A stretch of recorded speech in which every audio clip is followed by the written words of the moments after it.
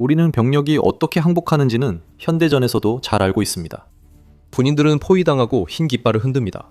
상대편 군인들이 항복하는 병사들을 포로로 잡아갑니다. 정확한 형식이 무엇이든 인간은 항상 관여되어 있습니다. 지금까지 우크라이나는 전투에 너무나도 무서운 무언가를 투입해서 러시아 군인들이 즉시 항복하게 만들었습니다. 이것은 세계 최초이며 현대 역사상 가장 기이한 부대 항복 사례로 기록되었습니다. 푸틴의 군대가 인간이 아닌 분명히 비인간적인 무언가에 의해 스스로 포로가 된 것입니다. 4월 13일 젤렌스키 우크라이나 대통령은 우크라이나가 처음으로 새로운 일을 해냈다고 밝혔습니다. 역사상 처음으로 우크라이나는 지상 로봇과 무인 항공기 UAV를 사용해 러시아 진지를 점령하고 그곳에 주둔하던 병사들을 포로로 잡았습니다. 이 모든 과정에 우크라이나 보병은 단 한 명도 직접 참여하지 않았습니다. 이것은 우크라이나에게 엄청난 일입니다. 현재 약 200만 명의 우크라이나인이 동원 회피로 수배 중인 상황에서 우크라이나는 푸틴이 침공한 이후 계속해서 주요 문제에 대한 새로운 해결책을 고안해내고 있습니다. 사람들이 싸우기 싫다면 우크라이나가 대신 싸울 로봇을 만들 것입니다. 이 전쟁 역사상 처음으로 적의 진지가 무인 플랫폼, 지상 시스템, 그리고 드론만으로 점령되었습니다. 점령군이 항복했고 이 작전은 보병 없이 우리 측에 피해 없이 수행되었습니다. 라고 우크라이나 대통령은 우크라이나 대통령실 웹사이트에 올린 글에서 자랑스럽게 선언했습니다. 이것은 우크라이나가 병사들의 목숨을 구하는 기술을 개발하고 있다는 것이며 푸틴이 러시아의 압도적인 병력 우위를 이용해 우크라이나의 방어력을 약화시키려는 전쟁의 미래에 관한 이야기입니다. 그 전략은 더 이상 통하지 않습니다.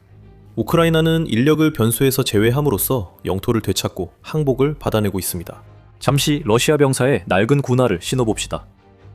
먼저 그런 분화가 있다는 것에 감사해야 합니다. 푸틴이 전면 침공을 시작한 날부터 러시아의 기본 물자 비축량은 거의 바닥났기 때문에 2022년 12월부터 이미 많은 동료들이 자신의 장비를 직접 사야만 했습니다. 장신과 소규모 러시아군 부대는 우크라이나에서 방어진지 구축에 성공했습니다. 후방에서 추가 병력과 장비가 와서 진지를 보강하길 기다리지만 실제로 올지는 확실하지 않습니다. 스타링크와 텔레그램이 끊겨 지휘관들 소식을 받지 못하고 있습니다. 그래서 당신은 몸을 낮추고 우크라이나군이 당신을 발견하지 않기만을 바랄 뿐입니다. 그런 희망도 머지않아 사라집니다. 머리 위에서 드론이 윙윙거리는 소리가 들리는데 분명히 당신의 위치를 발견한 것입니다. 당신은 소총을 꽉 쥡니다. 곧 당신이 우크라이나로부터 빼앗는 데 일조한 이 작은 영토를 되찾으러 오는 우크라이나 군인들을 상대로 방어해야 할 것입니다. 그러나 그런 일은 없고 공중 드론 소리만 점점 커집니다. 카미카제 드론들이 당신의 은신처를 공격하기 시작합니다. 당신은 밖을 살짝 내다보며 지평선 너머에서 병사들이 다가오는 모습을 기대합니다. 하지만 당신이 보는 건 그게 아닙니다. 멀리서 점점 다가오는 건 바퀴와 궤도에 달린 금속 괴물들입니다. 그것들은 당신의 위치로 굴러오고 있습니다.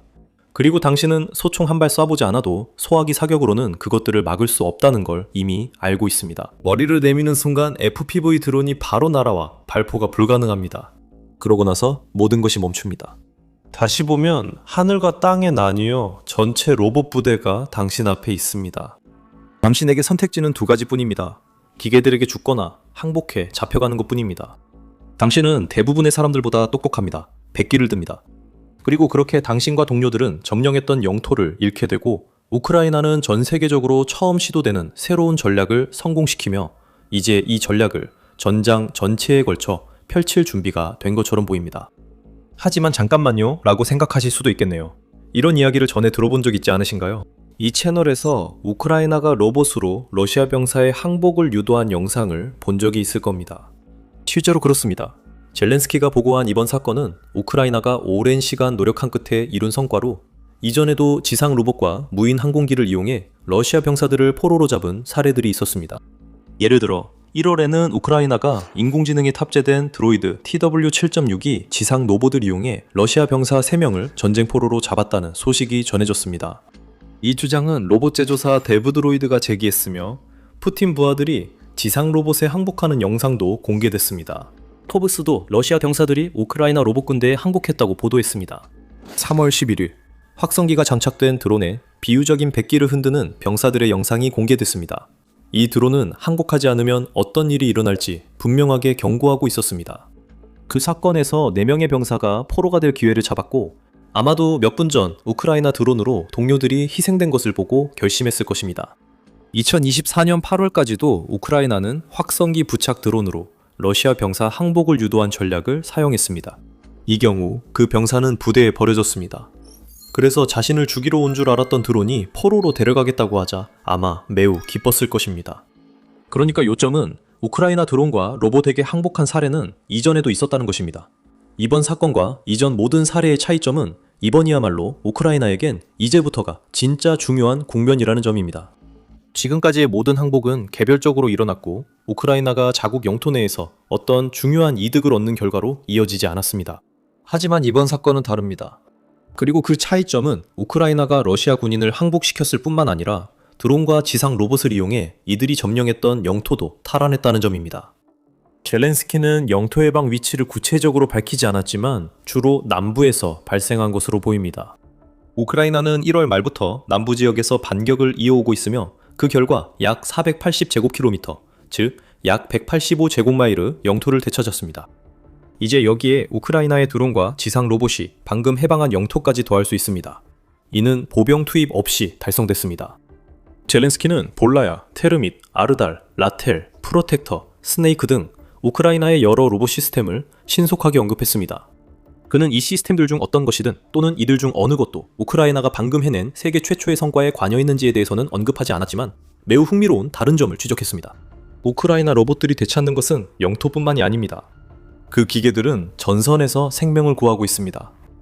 젤렌스키에 따르면 우크라이나의 로봇 시스템들은 전쟁의 지난 3개월 동안 22,000건의 임무에 참여했습니다. 모든 경우에 있어서 이 로봇들은 인간이 위험을 감수해야 했을 지역에 대신 투입되는 임무를 맡았습니다. 우크라이나가 로봇으로 영토를 되찾은 것은 한 예에 불과합니다. 구조와 물류 작업 또한 우크라이나의 지상 로봇들에 의해 수행되고 있으며 그 결과로 많은 생명이 구해지고 있습니다. 다시 말해 22,000번 이상 생명이 구해졌습니다. 병사 대신 로봇이 가장 위험한 지역에 들어갔습니다. 이것은 인간 생명을 지키는 첨단 기술에 관한 것이며 젤렌스키 대통령은 우크라이나의 성과를 이렇게 알렸습니다. 지금 우리가 보기 시작한 것은 우크라이나 내에서 싸운다는 것의 의미가 완전히 변화하고 있다는 점입니다. 러시아는 상황에 준비가 안 되어 있었습니다. 푸틴이 침공을 개시했을 때 그는 인력과 기존 무기만으로 전쟁에서 이길 수 있다고 믿었습니다. 초기 특별 군사작전이 실패한 후에도 푸틴은 소모전으로 전환하면 우크라이나 군이 지쳐서 지금쯤 사라질 것이라고 생각했습니다. 2025년 9월까지만 해도 전쟁연구소는 푸틴이 러시아가 우크라이나와 그 드론, 그리고 우크라이나가 받아온 서방의 모든 지원보다 더 오래 버틸 수 있다고 믿고 있다고 보도했습니다. 70만 러시아 군인 이 우크라이나 주둔이 승리의 열쇠로 여겨졌습니다. 딱 한 가지 문제가 있습니다. 인력으로 소모전을 이기려면 상대편 병력을 계속 소모시켜야 합니다. 러시아는 준비하지 못했던 새로운 전쟁에 직면했습니다.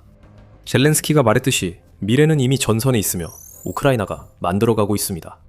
그 미래는 드론과 로봇을 이용한 병사 포획과 영토 점령을 넘어서는 다양한 방식으로 자신을 드러내고 있습니다. 우크라이나 전장에 기계들이 등장하고 우크라이나의 로봇 우위는 러시아가 감당하기 힘들 정도로 커지고 있습니다. 그 내용에 대해 더 깊이 들어가기 전에 여러분은 지금 더 밀리터리 쇼를 시청하고 계시다는 점을 잠깐 상기시켜드립니다. 아직 채널을 구독하지 않으셨다면 지금이 구독 버튼을 누르기에 완벽한 순간입니다. 우크라이나에서 로봇과 드론의 역할이 점점 커지고 있습니다. 우크라이나군 최고 사령관인 올렉산드르 시르스키에 따르면 3월에는 로봇 체계가 2월보다 50% 더 많은 임무를 수행했다고 합니다. 이는 우크라이나가 무인기와 함께 지상 로봇을 활용하기 시작한 이후로 계속해서 나타나고 있는 추세입니다. 이러한 증가와 함께 러시아는 막대한 손실을 입고 있습니다. 또한 4월에 시르스키는 우크라이나의 무인기가 3월에 적에게 입힌 손실이 전월보다 29% 증가했다고 밝혔습니다. 더 나아가 전선 로봇들은 3월 한 달 동안 우크라이나를 위해 약 9,000회의 임무를 수행해 불과 몇 달 전보다 크게 늘었습니다. 예를 들어 2025년 11월 로봇들은 임무의 3분의 1도 수행하지 못했고 임무 수는 2,900건에 불과했습니다. 이는 우연이 아닙니다. 이 모든 것은 우크라이나가 로봇을 현대 전투병으로 만들기 위해 매우 체계적으로 노력한 결과입니다. 우리는 우크라이나 로봇 군대의 급성장에서 이를 알 수 있습니다. 유로마이든 프레스에 따르면 2025년 11월 우크라이나 67개 부대가 지상 로봇으로 물류 임무를 수행했습니다. 3월까지 그 부대 수는 167개로 증가했습니다. 이 2달 사이에 우크라이나의 로봇 임무가 3배 넘게 늘어난 이유가 바로 이것입니다. 로봇을 사용하는 부대 수가 약 3배로 늘어나면 그 로봇들이 수행하는 임무 수도 약 3배로 늘어납니다. 우크라이나 방위 산업은 드론과 무인 항공기에 점점 더 의존하는 전략의 요구에 맞춰 규모를 키우고 있습니다. 젤렌스키는 우크라이나의 드론 제조업체들이 매년 수백만 대의 살상 드론을 생산할 수 있다고 밝혔습니다. 그 수치는 2025년 말까지 연간 400만 대에 달했으며 우크라이나의 파트너들이 추가 자금을 지원하거나 우크라이나가 자국 로봇을 다른 나라에 판매한다면 생산량은 더욱 늘어날 수 있습니다. 지상 로봇 분야에서 인터프리터는 3월 말에 우크라이나에는 월드 퍼스트 이벤트에서 사용된 종류의 로봇을 제작하는데 전념하는 280개의 기업이 있다고 보도했습니다. 그 기업들이 생산하는 로봇들은 수백 톤의 보급품을 운송하는 것은 물론 구조 및 공격 작전에도 참여하고 있습니다. 우크라이나 군 내 일부 인사들, 예를 들어 제3군단 사령관 안드리 볼레츠키와 같은 인물은 이러한 로봇들이 2026년 말까지 우크라이나의 전선 보병 수요를 30%까지 줄일 것이라고 믿고 있습니다. 앞으로 우크라이나가 이전에 병사들을 투입해야 했던 임무의 최대 80%까지 무인 항공기와 로봇이 수행할 수 있을 것으로 보입니다. 우크라이나의 로봇 활용 방식이 변하고 있습니다. 과거에는 지상 로봇이 거의 대부분 물류 관련 임무에만 사용되었습니다. 이 로봇들은 과거와 현재 모두 우크라이나가 인간보다 훨씬 많은 보급품을 실을 수 있는 금속 기계입니다. 우크라이나의 로봇들이 3월에 수행한 9,000건의 임무 중 대다수는 물류와 관련된 것이었습니다. 4월에 영토와 러시아 병사를 포획한 사례는 우크라이나가 지상 로봇을 물류뿐 아니라 공격 임무에도 효과적으로 활용하려 노력하고 있음을 보여줍니다. 포린폴리시는 4월 13일 해당 분야 변화에 주목했습니다. 이 기사에서는 지상 로봇이 우크라이나에서 대규모로 사용되는 이유 중 하나가 평균 제작비가 2만 달러 미만이기 때문이라고 지적합니다. 뉴 보이스 오브 우크라이나에 따르면 최전선 우크라이나 군인은 한 달 약 2,500달러를 번다고 전했습니다. 단 8개월 만에 지상 로봇이 병사보다 더 비용 효율적이 됩니다. 그리고 이 모든 것은 최전선 병사를 훈련하고 장비를 갖추는 데 드는 추가 비용을 고려하지 않은 것입니다. 그런 비용들은 그 병사가 계속 임무를 수행하는 데 드는 연간 비용에 수천 달러를 추가하게 됩니다. 지상 로봇의 경우 음식, 동기부여, 의복, 훈련이 필요하지 않습니다. 필요한 것은 표적을 지정한 운용자뿐입니다. 나머지는 모두 2만 달러 패키지에 포함됩니다.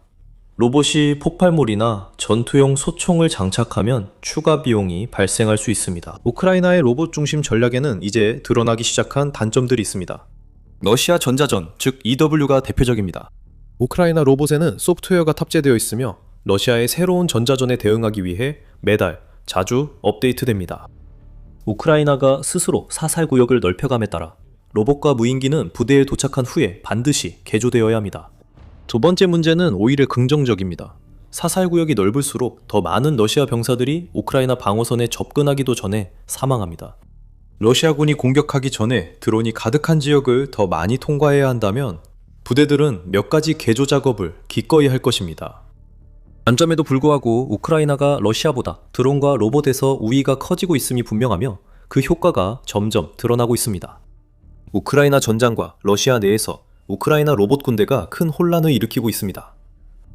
항복 강요와 영토 점령은 빙산의 일각에 불과합니다. 우크라이나가 러시아 내에서 장거리 드론으로 러시아 석유 산업을 초토화하고 있습니다. 3월부터 4월까지 이어진 발트해 항구에 대한 1년의 공격으로 러시아는 전체 석유 수출의 최대 45%를 처리하는 시설에 대한 접근권을 잃게 되었습니다. 문제가 된 두 개의 발트해 항구 중 하나인 프리모르스크에서만 우크라이나의 드론 공격으로 저장되어 있던 러시아 석유 2억 달러어치가 불타버렸습니다. 그리고 이는 우크라이나의 공격으로 인해 프리모르스크 항구나 오슬루가의 석유 터미널에서 출항하지 못한 수억 달러어치의 석유를 감안하기 전의 일입니다. 우크라이나 내 전장에서도 기록이 계속 깨지고 있습니다. 3개월 동안 22,000건, 3월 한 달에만 9,000건의 임무가 모두 새로운 기록이며 앞서 언급한 사건과 함께 세계 최초의 사례들입니다. 우크라이나는 장거리 드론 분야 이동거리 신기록을 세웠습니다. 젤렌스키는 우크라이나 드론이 목표 지점까지 이동한 가장 먼 거리가 이제 1750km, 즉 우크라이나 국경에서 1080마일이 조금 넘는 거리라고 밝혔습니다. 젤렌스키는 앞으로 더 많은 일이 있을 것이라고 경고했습니다. 러시아는 우크라이나가 그 어느 때보다 더 깊숙이 자국 영토를 타격할 수 있다는 사실을 알고 있기 때문에 그 현실을 받아들여야 합니다. 우크라이나 드론과 로봇 군대에도 자동화가 적용되고 있습니다. 호넷 드론을 예로 들어보겠습니다. 4월 14일 유나이티드 24 미디어는 우크라이나의 호넷 드론이 자동 표적 시스템을 장착했다고 보도했습니다. 이 드론들은 일반적으로 FPV 드론 또는 채공 탄약으로 불리며 드론 조종사의 개입 없이도 러시아 표적을 공격하고 타격할 수 있습니다. 이 새로운 드론 등으로 우크라이나가 러시아보다 약 30% 더 많은 공격용 드론을 전선에 배치하고 있음을 알 수 있습니다. 여기서 우리가 보는 것은 하룻밤 사이에 일어난 것처럼 보일 만큼 눈에 띄는 도약입니다. 사실이 아닙니다. 우크라이나는 수년간 꾸준히 발전해왔습니다. 우크라이나는 계속 새로운 드론을 개발하며 방위 산업도 다른 나라들이 부러워할 만큼 성장했습니다. 2026년은 그 모든 노력이 결실을 맺는 해일 뿐이며 러시아나 푸틴이 이에 대해 할 수 있는 일은 아무것도 없습니다. 우크라이나가 러시아 군인들에게서 현대 군사 역사상 가장 기이하고 획기적인 항복을 끌어낸 것은 무엇을 의미할까요? 이 사건 자체가 핵심입니다. 이것은 일종의 청사진이라 할 수 있습니다. 러시아가 소규모 보병으로 우크라이나 영토를 어렵게 점령하려 점점 침투 전술에 의존하고 있기 때문입니다.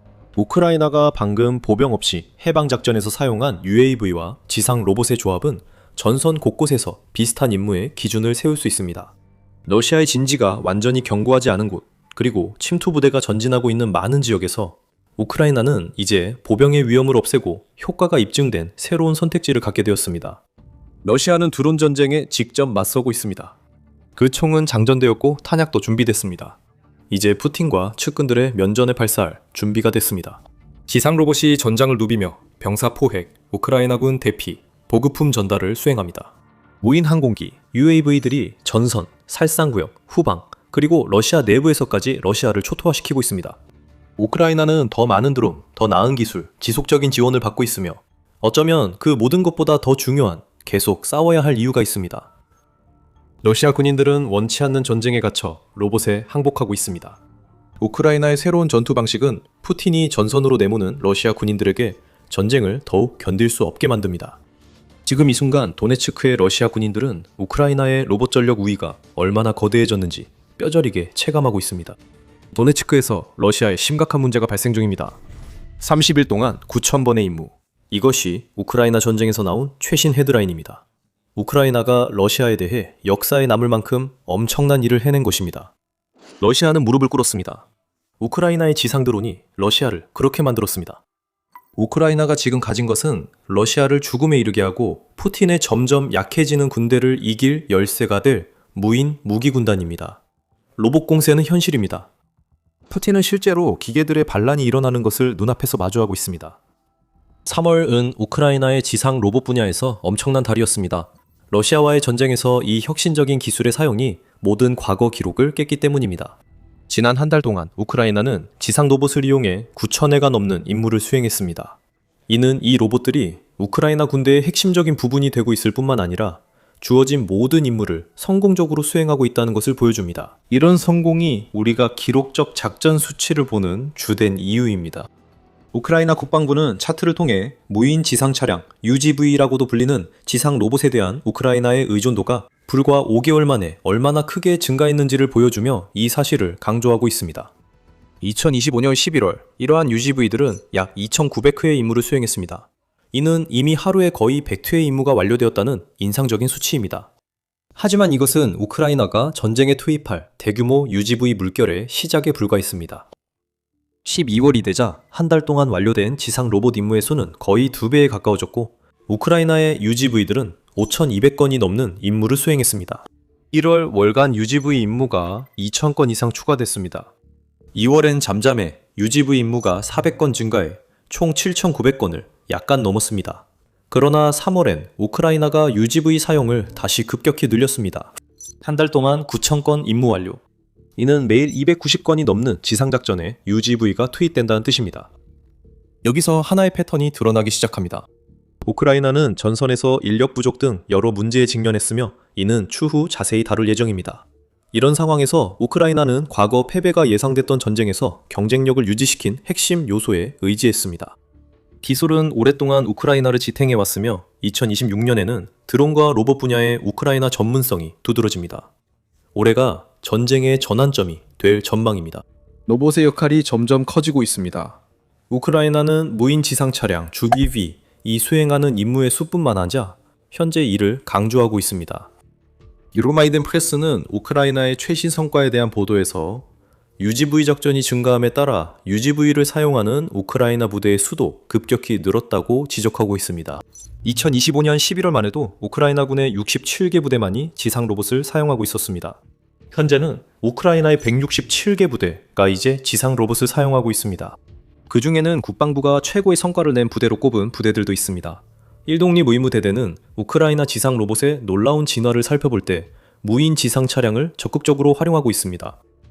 하지만 무인 지상 차량은 우크라이나의 돌격 부대에서도 활용되고 있습니다. 3. 독립돌격여단과 92 독립돌격여단 역시 우크라이나 국방부가 언급한 두드러진 부대들입니다. 우크라이나는 3 작전여단과 95 독립공수 폴리치아 여단 역시 무인 지상 차량을 훌륭하게 활용하고 있다고 덧붙였습니다. 이는 여러 부대에서 다양한 목적으로 널리 활용된다는 뜻입니다. 그리고 이것은 지상 드론 기술에 뚜렷한 변화가 있었으며 그로 인해 무인 지상 차량이 우크라이나가 보유한 자산 가운데 가장 다재다능한 전력 가운데 하나가 되었음을 보여줍니다. 지상 로봇은 우크라이나에 막 등장한 완전히 새로운 기술이 아닙니다. 흔히 그렇듯이 단번에 성공한 것처럼 보이는 이야기도 사실은 수년간의 노력이 쌓여 지금에서야 그 기술이 진정한 잠재력을 보여주기 시작한 결과입니다. 우크라이나에서 처음 사용된 지상 로봇들은 현재 전장에서 등장하는 것들에 비해 매우 원시적이었습니다. 그렇다고 해서 그것들이 쓸모없었다는 뜻은 아닙니다. 2025년 11월 우크라이나 국방부의 통계가 시작되는 시점이기도 한데 그때는 무인 지상 차량들이 전선 곳곳에서 보급 차량으로 사용되고 있었습니다. 러시아의 무인 항공기들 때문에 우크라이나군과 기존 차량들이 표적이 되지 않고 보급품을 운반하는 것이 매우 어려웠기 때문입니다. 위장하기 쉽고 발견하기 어려운 소형 무인 지상 차량들이 점점 이름을 알리기 시작했습니다. 이들은 후방에서 전선까지 식량과 탄약을 운반할 수 있었고 포크로브스크와 같은 격전지에서는 이러한 보급품이 생사와 직결되는 경우가 많았습니다. 당시 BBC는 포크로브스크 전투가 역사상 처음으로 무인지상 차량이 대규모로 사용된 전투로 기록될 것이라고 보도했습니다. 이는 물자 지원뿐만 아니라 우크라이나가 부상병을 후송하는 데에도 활용된 사례였습니다. 실제로 BBC에 따르면 11월까지 포크로브스크 전선에 전달되는 모든 보급품의 약 90%가 지상 로봇을 통해 도착했다고 합니다. 기사에서 주목한 무인 지상 차량 중 하나는 테르미슈로 약 200kg 적재 용량을 가집니다. 벤에서 하역된 후 몇 마일 떨어진 곳의 조종사가 원격으로 목적지까지 조종할 수 있습니다. 이 과정은 무인 지상 차량이 우크라이나에 얼마나 중요한지 보여줍니다. 위험을 줄이고 더 많은 역할을 할 수 있습니다. 아까 대피 작업도 언급했습니다. 프로브스크 전투는 오늘날 우크라이나의 다른 위험 지역에서 부상병을 무인 지상 차량으로 이송하는 본보기가 됐을 수 있습니다.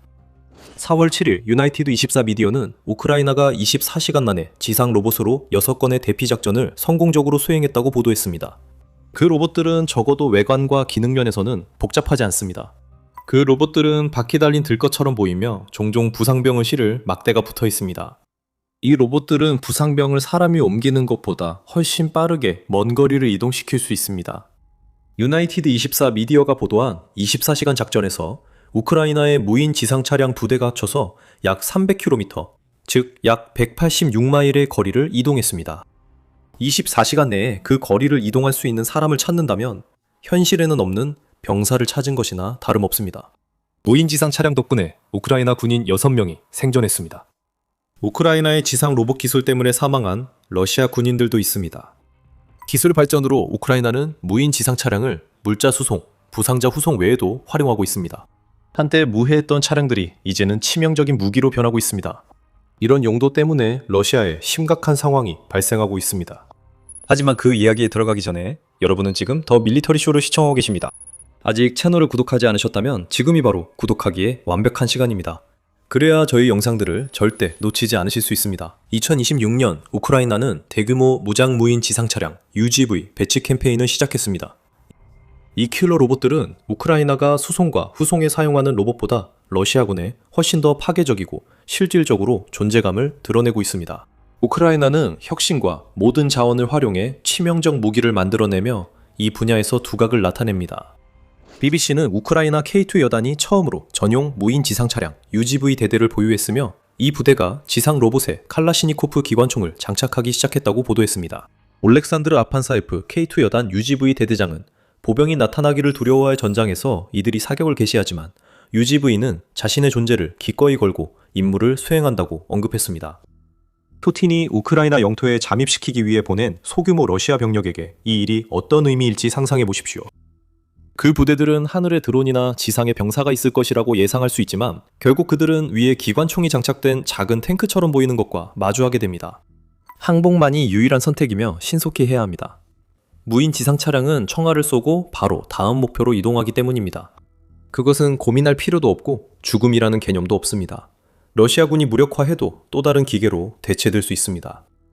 푸틴의 앞잡이들이 주의해야 할 것은 기관총 장착 무인 차량뿐만 아니라 폭탄을 운반하는 지상 로봇도 있습니다. 우크라이나는 그런 기능을 활용하는 매우 강력한 방법들을 계속해서 고안해내고 있습니다. 우리가 무인 지상 차량에 대해 이미 말한 점을 기억해주세요. 그들은 종종 너무 작아 탐지되지 않습니다. UGV는 또한 엄폐물에 숨겨진 채로 주차될 수 있으며 종종 몇 시간씩 배터리를 아끼면서 자신들의 위치를 은신처로 선택한 불운한 러시아군을 매복하기 위해 기다립니다. 수백 파운드 족제가 가능한 UGV는 러시아인의 삶을 순식간에 망칠 화력을 충분히 전달할 수 있습니다. 1월에 우크라이나 제3군단의 UGV 임무 영상이 공개될 때 이를 목격했습니다. 그 영상은 UGV 조종사가 게임 콘솔처럼 보이는 패드로 작은 UGV를 무너진 건물 안으로 조종하는 모습을 강조했습니다. 잔해를 조심스럽게 통과하는 모습은 UGV가 험난한 지형을 이동할 수 있도록 발전했음을 보여주기도 하는데 로봇은 러시아 병사들이 숨으려 하는 작은 틈으로 들어갑니다. 쾅! 거대한 폭발이 주둔 중이던 러시아군을 날려버립니다. 이후 밝혀진 바에 따르면 우크라이나 무인 지상 차량 UGV표까지 약 20km를 이동하며 12개의 지뢰를 실었습니다. 다시 말하지만 이는 우크라이나가 가진 것으로 러시아에 큰 타격을 주고 러시아 병사 제거에 큰 효과를 냈습니다. 원격 조종으로 지뢰를 실어 멀리서 폭발시킬 수 있는 무인 지상 차량 UGV, 은밀하게 움직여야 하는 침투 부대에게는 엄청난 위협입니다. 숨은 부대는 다가오는 위협을 볼 수 없습니다. UGV가 도착할 때쯤이면 그들은 이미 아무것도 할 수 없는 상황이 되어버립니다. 그리고 여기서 끝이 아닙니다. 러시아는 이미 우크라이나 지상군을 지원하고 푸틴 병사들을 직접 공격하는 UGV와 맞서야 합니다. 러시아가 전혀 예상하지 못했던 것은 UGV가 우크라이나가 러시아의 공습으로부터 도시의 피해를 최소화하기 위해 사용할 수 있는 중요한 도구가 될 것이라는 점이었습니다. 4월 4일 키예프 인디펜던트는 우크라이나군이 도네츠크주 크라마토르스크시 화재 진압에 처음으로 특수소방 UGV를 사용했다고 전했습니다. 현재 러시아의 봄 공세 목표 중 하나인 그 도시는 주거 지역에서 화재를 일으킨 러시아의 공격을 받았습니다. 불이 가스통으로 번지고 있었습니다. 군인이나 소방관을 투입해서 진압하는 것은 엄청난 위험이었습니다. 그래서 우크라이나는 B안을 선택했습니다. 무인 지상 차량을 투입해서 불길이 번지는 것을 막을 수 있을 정도로 화재를 진압했습니다. UGV를 조종하는 군인들은 안전한 거리에서 작업할 수 있었고 이는 가스통이 초래하는 위험을 없애는 동시에 처음 문제를 일으킨 러시아의 포격이 다시 일어날 위험도 최소화했습니다. 즉, 이런 창의성 덕분에 우크라이나가 러시아의 무한한 인력 공급에도 지금까지 버틸 수 있었습니다. 그리고 이런 위험 최소화 이야기는 우크라이나의 무인지상 차량과 그것이 그 어느 때보다 더 많은 작전에 투입되고 있다는 사실에 진짜 의미로 자연스럽게 이어집니다. 지금까지 강조한 사건들이 분명히 중요하긴 하지만 우리가 보는 것 뒤에 숨겨진 이점들이야말로 우크라이나에게 정말로 필수적입니다. 그 이점들 중 핵심은 우크라이나가 절실히 필요로 하는 것입니다. UGV는 우크라이나의 인력 문제를 해결하는 데 큰 역할을 합니다. 4년이 넘는 전쟁 동안 우크라이나는 최전선에 꼭 필요한 인력을 투입하는데 많은 어려움에 직면해 있습니다. 카네기 재단이 3월에 발표한 기사에 따르면 이러한 어려움에는 일부 전선 지역의 심각한 인력 부족, 군 내부의 기록적인 결근율, 그리고 점점 줄어드는 자원병 수가 포함됩니다. 여기에 끊임없는 생존 전투에 갇혀있는 기존 병사들의 피로까지 더해지면 러시아 병사들을 수십 명씩 제거해도 그 자리를 또 다른 병사들이 채우는 상황이 반복되면서 위기의 초기 징후가 나타나게 됩니다. BW는 우크라이나가 인력이 전혀 없는 것은 아니라고 지적합니다. 매달 약 3만에서 3만 5천 명 이 군복무를 위해 소집되고 있습니다. 하지만 많은 예비병사들이 본인 의사와 달리 우크라이나 군사훈련에 참석하고 있어 이것이 탈영의 많은 원인이라고 매체는 전했습니다. 우크라이나는 인력 문제 해결에 힘쓰고 있습니다. 우크라이나는 신병들이 전선에서의 삶에 더 잘 대비할 수 있도록 군사훈련 기간을 30일에서 51일로 연장했습니다. 포브스는 우크라이나군 고위 지휘부 일부가 동원된 병력을 더 적절하게 배치해야 한다고 주장하고 있다고 덧붙였습니다. 아조프 여단의 전 참모장고단 크라타비치는 병사들이 우크라이나가 급하게 인력이 필요한 곳에만 배치된다고 느끼지 않을 때 사기는 항상 도전이지만 덜 문제가 된다고 주장했습니다. 그의 요점은 그리고 우크라이나가 해결하려고 하는 부분이기도 한데 신병들이 전쟁에 대해 더 많이 알고 자신이 쓸모있다고 느껴야 한다는 것입니다. 그렇지 않으면 그들은 단순히 숫자 채우기용 인원처럼 느끼기 시작합니다. 러시아의 인력 우위가 상황을 더욱 악화시키고 있습니다. 러시아는 우크라이나보다 약 4배나 많은 인구를 가지고 있기 때문에 현재 130만 명이 넘는 손실도 감당할 수 있습니다. 우크라이나는 그런 능력도 없고 대규모 병력 손실도 원치 않습니다. UGV의 등장은 우크라이나 지상작전의 핵심으로 러시아와의 전쟁이 2026년 이후로 길어질수록 중요성이 커지고 있습니다. 웨스트포인트 현대전 연구소에 따르면 우크라이나의 UGV 사용 증가로 인해 우크라이나 총참모부가 주장한 바와 같이 인명피해가 이미 최대 30%까지 감소했다고 합니다. 이것만으로도 지상 로봇의 큰 장점입니다. 인명피해가 줄면 우크라이나는 전사자, 부상자 대체를 덜 걱정할 수 있습니다.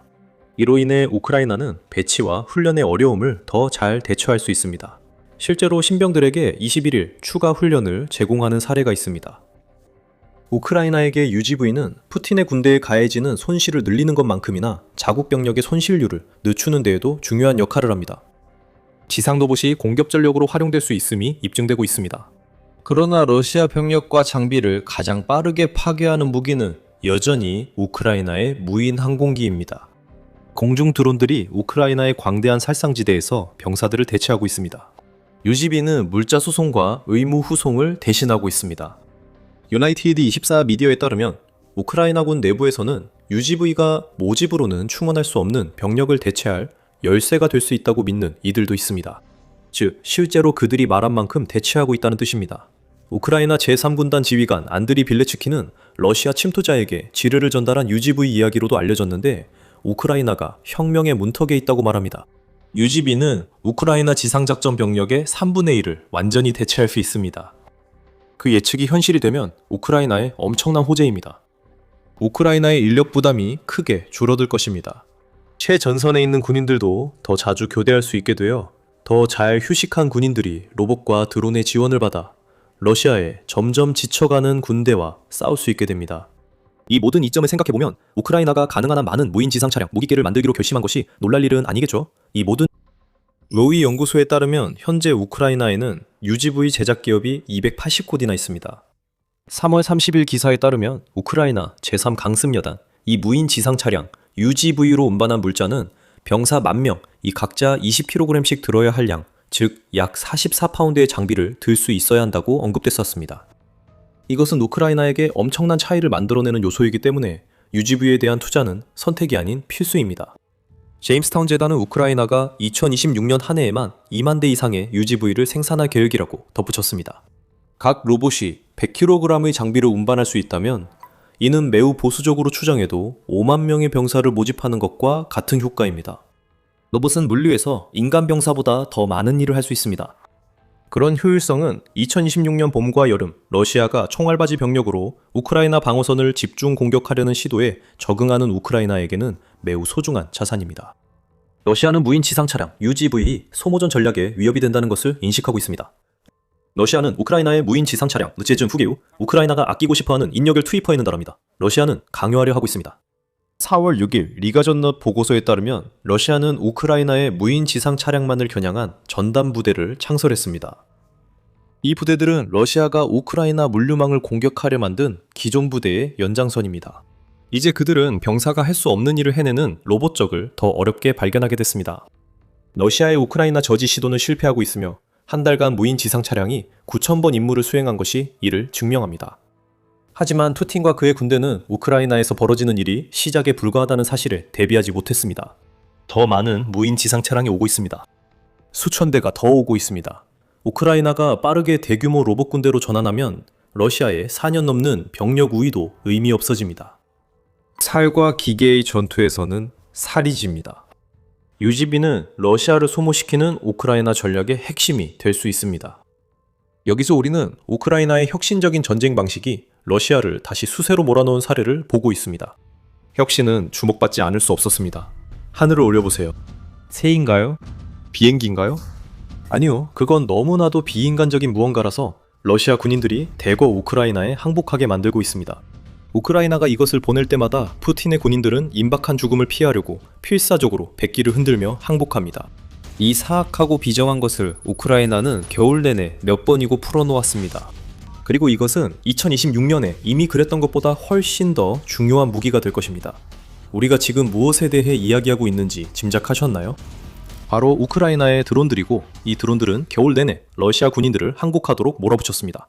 우크라이나 국방장관 미하일로 페도로프가 3월 7일 게시글 해서 그 세부 사항을 제공합니다. 이번 겨울 100명 넘는 정령군이 무인부대 활약으로 무기를 내려놓았습니다. 포로는 우리 수호자 귀환의 기회라고 페도로프는 밝혔습니다. 그의 발언 두 번째는 잠시 후 다루겠습니다. 먼저 100명 넘는 점령군이 드론 앞에서 무기를 내려놓는 일은 원래 없어야 하지만 실제로 벌어지고 있습니다. 푸틴의 군대가 이 드론들이 얼마나 무서운지 잘 알고 있기 때문입니다. 우크라이나의 기계들은 끊임없이 머리 위를 날아다니며 우크라이나가 방어하고 있는 정착지 주변에 만들어 놓은 광대한 살상구역에서 병사의 모습이 조금이라도 보이기를 지켜보고 기다리고 있습니다. 이 드론들은 전선 사상자의 70, 80%를 차지합니다. 러시아 군인들은 드론이 자신들을 겨냥하는 의미를 잘 알고 있습니다. 그들은 죽음까지 불과 몇 초밖에 남지 않은 상태가 됩니다. 탈출하려면 항복해야 합니다. 그리고 바로 그것이 우리가 페도로프가 자신의 주장을 뒷받침하기 위해 게시한 영상에서 반복해서 보는 장면입니다. 그는 자신이 하는 말이 허풍이 아니라는 것을 증명하려고 했습니다. 우리는 손을 든 러시아 군인들을 봅니다. 일부는 더는 갈 곳이 없다는 걸 알면서도 탁 트인 곳에 고립되어 있습니다. 다른 이들은 은신처에 숨어 있다가 드론에 발견되어 이제 지옥을 쏟아낼 준비가 되었음을 합니다. 이 영상에는 우크라이나의 음산한 비행기계에 항복하지 않을 만큼 어리석은 군인들에게 어떤 일이 일어나는지 간간히 예시가 섞여 있습니다. 그 장면은 참혹하며 항복한 군인들은 앞으로 벌어질 일을 이미 많이 봤을 것입니다. 그들은 우크라이나 드론과 싸우며 목숨을 거는 것이 얼마나 위험한지 잘 알고 있습니다. 그리고 계속 지켜보면 이 군인들이 백기를 흔들 때조차 여전히 모든 것을 걸고 있다는 사실을 알게 될 것입니다. 하지만 그 이야기 전에 이런 드론 항복은 일어나선 안 된다고 했습니다. 적어도 이런 일은 이전에 어떤 전쟁에서도 실제로 일어난 적이 거의 없습니다. 전통적인 항복은 보통 병사나 부대가 훨씬 더 큰 병력에 의해 도저히 빠져나올 수 없는 궁지에 몰렸을 때 일어나기 때문입니다. 다시 말해 항복은 1대1 상황에서는 거의 일어나지 않습니다. 적어도 우크라이나 전쟁 이전에는 그랬습니다. 지금 우리가 보는 것이 바로 그것입니다. 드론이 머리 위에 있으면 러시아 병사들은 손을 들고 드론 명령에 따라 우크라이나군에 투항합니다. 이것이 바로 우크라이나가 원하는 것입니다. 그리고 그 이유는 페도로프가 자신의 글에서 언급한 포로 교환으로 귀결됩니다. 우크라이나 드론 조종사들이 전장에서 러시아 병사들을 겨냥하는 것은 매우 쉬울 것입니다. 그들은 이미 여러 번 그렇게 해왔고 매달 수천 명의 푸틴 군대를 제거하면서 계속해서 그렇게 하고 있습니다. 3월 5일 하루 동안만 해도 프라우다에 따르면 러시아는 지난 24시간 동안 약 900명의 병력을 잃었다고 보도했습니다. 이는 우크라이나의 작은 금속 괴물들이 전쟁 전체에서 가장 큰 살상수단임을 다시 한번 보여줍니다. 우리가 사상자의 70, 80%가 드론 때문이라고 했던 걸 기억하세요. 이 말은 러시아가 단 24시간 동안 겪은 사상자 중 630명에서 720명 정도가 우크라이나 드론의 손 아니면 폭탄과 카미카제 공격에 의해 발생했다는 뜻입니다. 러시아 사상자 비율이 높아지는 건 우크라이나에 나쁘지 않습니다. 하지만 이제 우크라이나는 드론이 쌓아온 무서운 명성을 이용해 러시아인의 사망자 명단에 또 다른 이름을 추가하는 것보다 훨씬 더 가치 있는 것을 손에 넣을 수 있게 되었습니다. 포로를 잡아 우크라이나는 러시아군에 붙잡힌 자국 군인들의 석방을 위해 맞교환할 수단이 생깁니다. 현재로서는 포로 교환이 러시아와 우크라이나 사이 전장에서 일어나는 사실상 유일한 준평화적 활동입니다.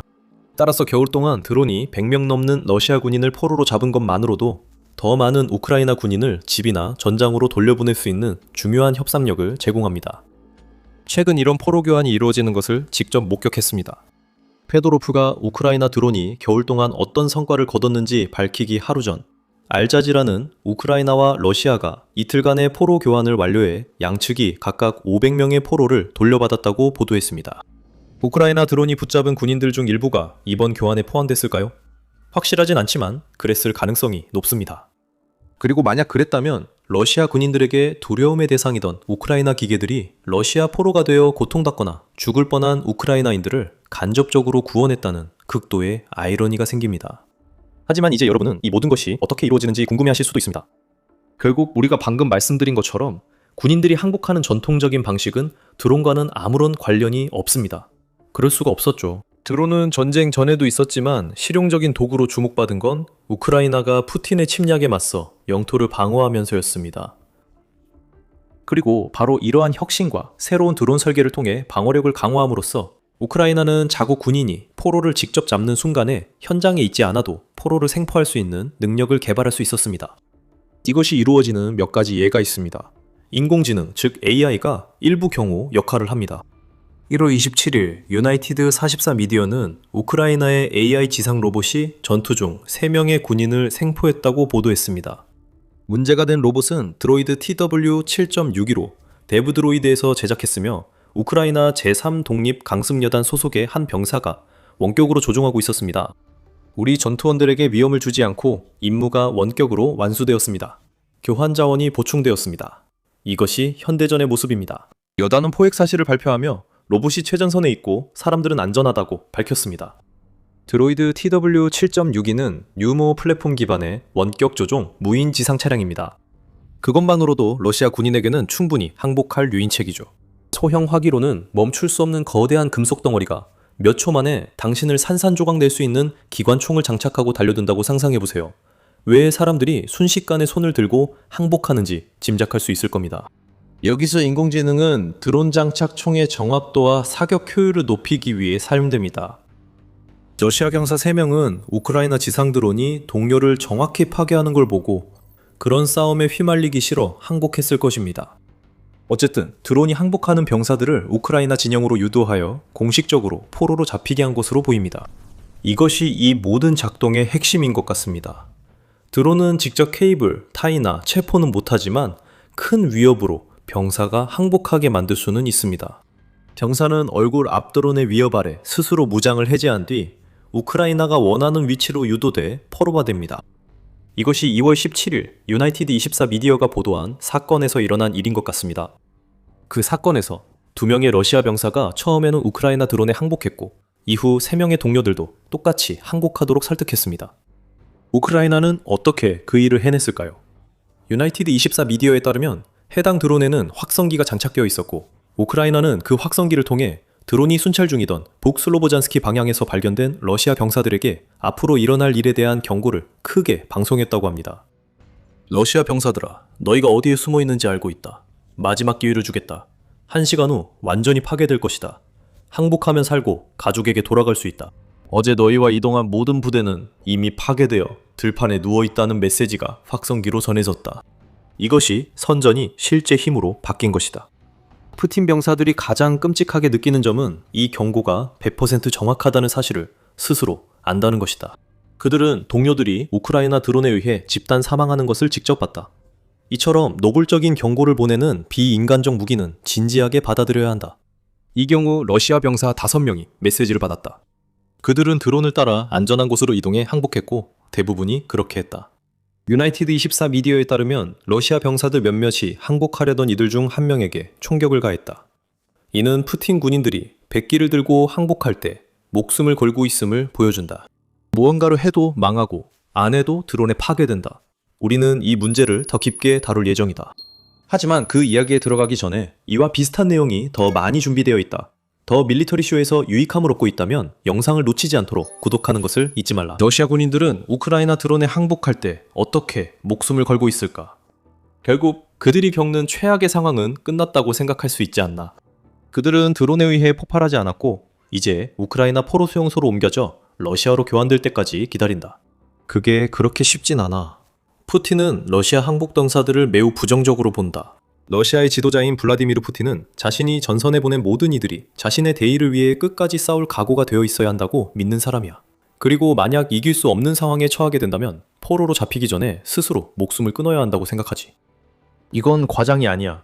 2024년 12월 UKR 인포름드는 러시아 병사들이 포로로 잡히거나 항복할 위험이 있을 경우 자살하는 방법에 대해 지휘관들로부터 지시를 받고 있다고 보도했어. 이것만 봐도 블라디미르 푸틴이 우크라이나로 보내는 병사들을 얼마나 하찮게 여기는지 알 수 있어. 러시아 병사가 자살하지 못하고 우크라이나에 항복하면 끔찍한 운명이 기다릴 수 있다. 이 운명 중 가장 나은 건 크렘린궁에 의해 강제로 긴 징역형을 받는 거야. 푸틴에게 자발적으로 항복하는 행동은 페도로프 영상에서 본 것처럼 중대한 범죄로 엄벌받아야 해. 2025년 4월 15일 우리는 모스크바 타임즈가 러시아가 우크라이나에 자발적으로 항복한 병사에게 첫 공식 징역형을 선고했다고 보도한 사실을 알게 됐어.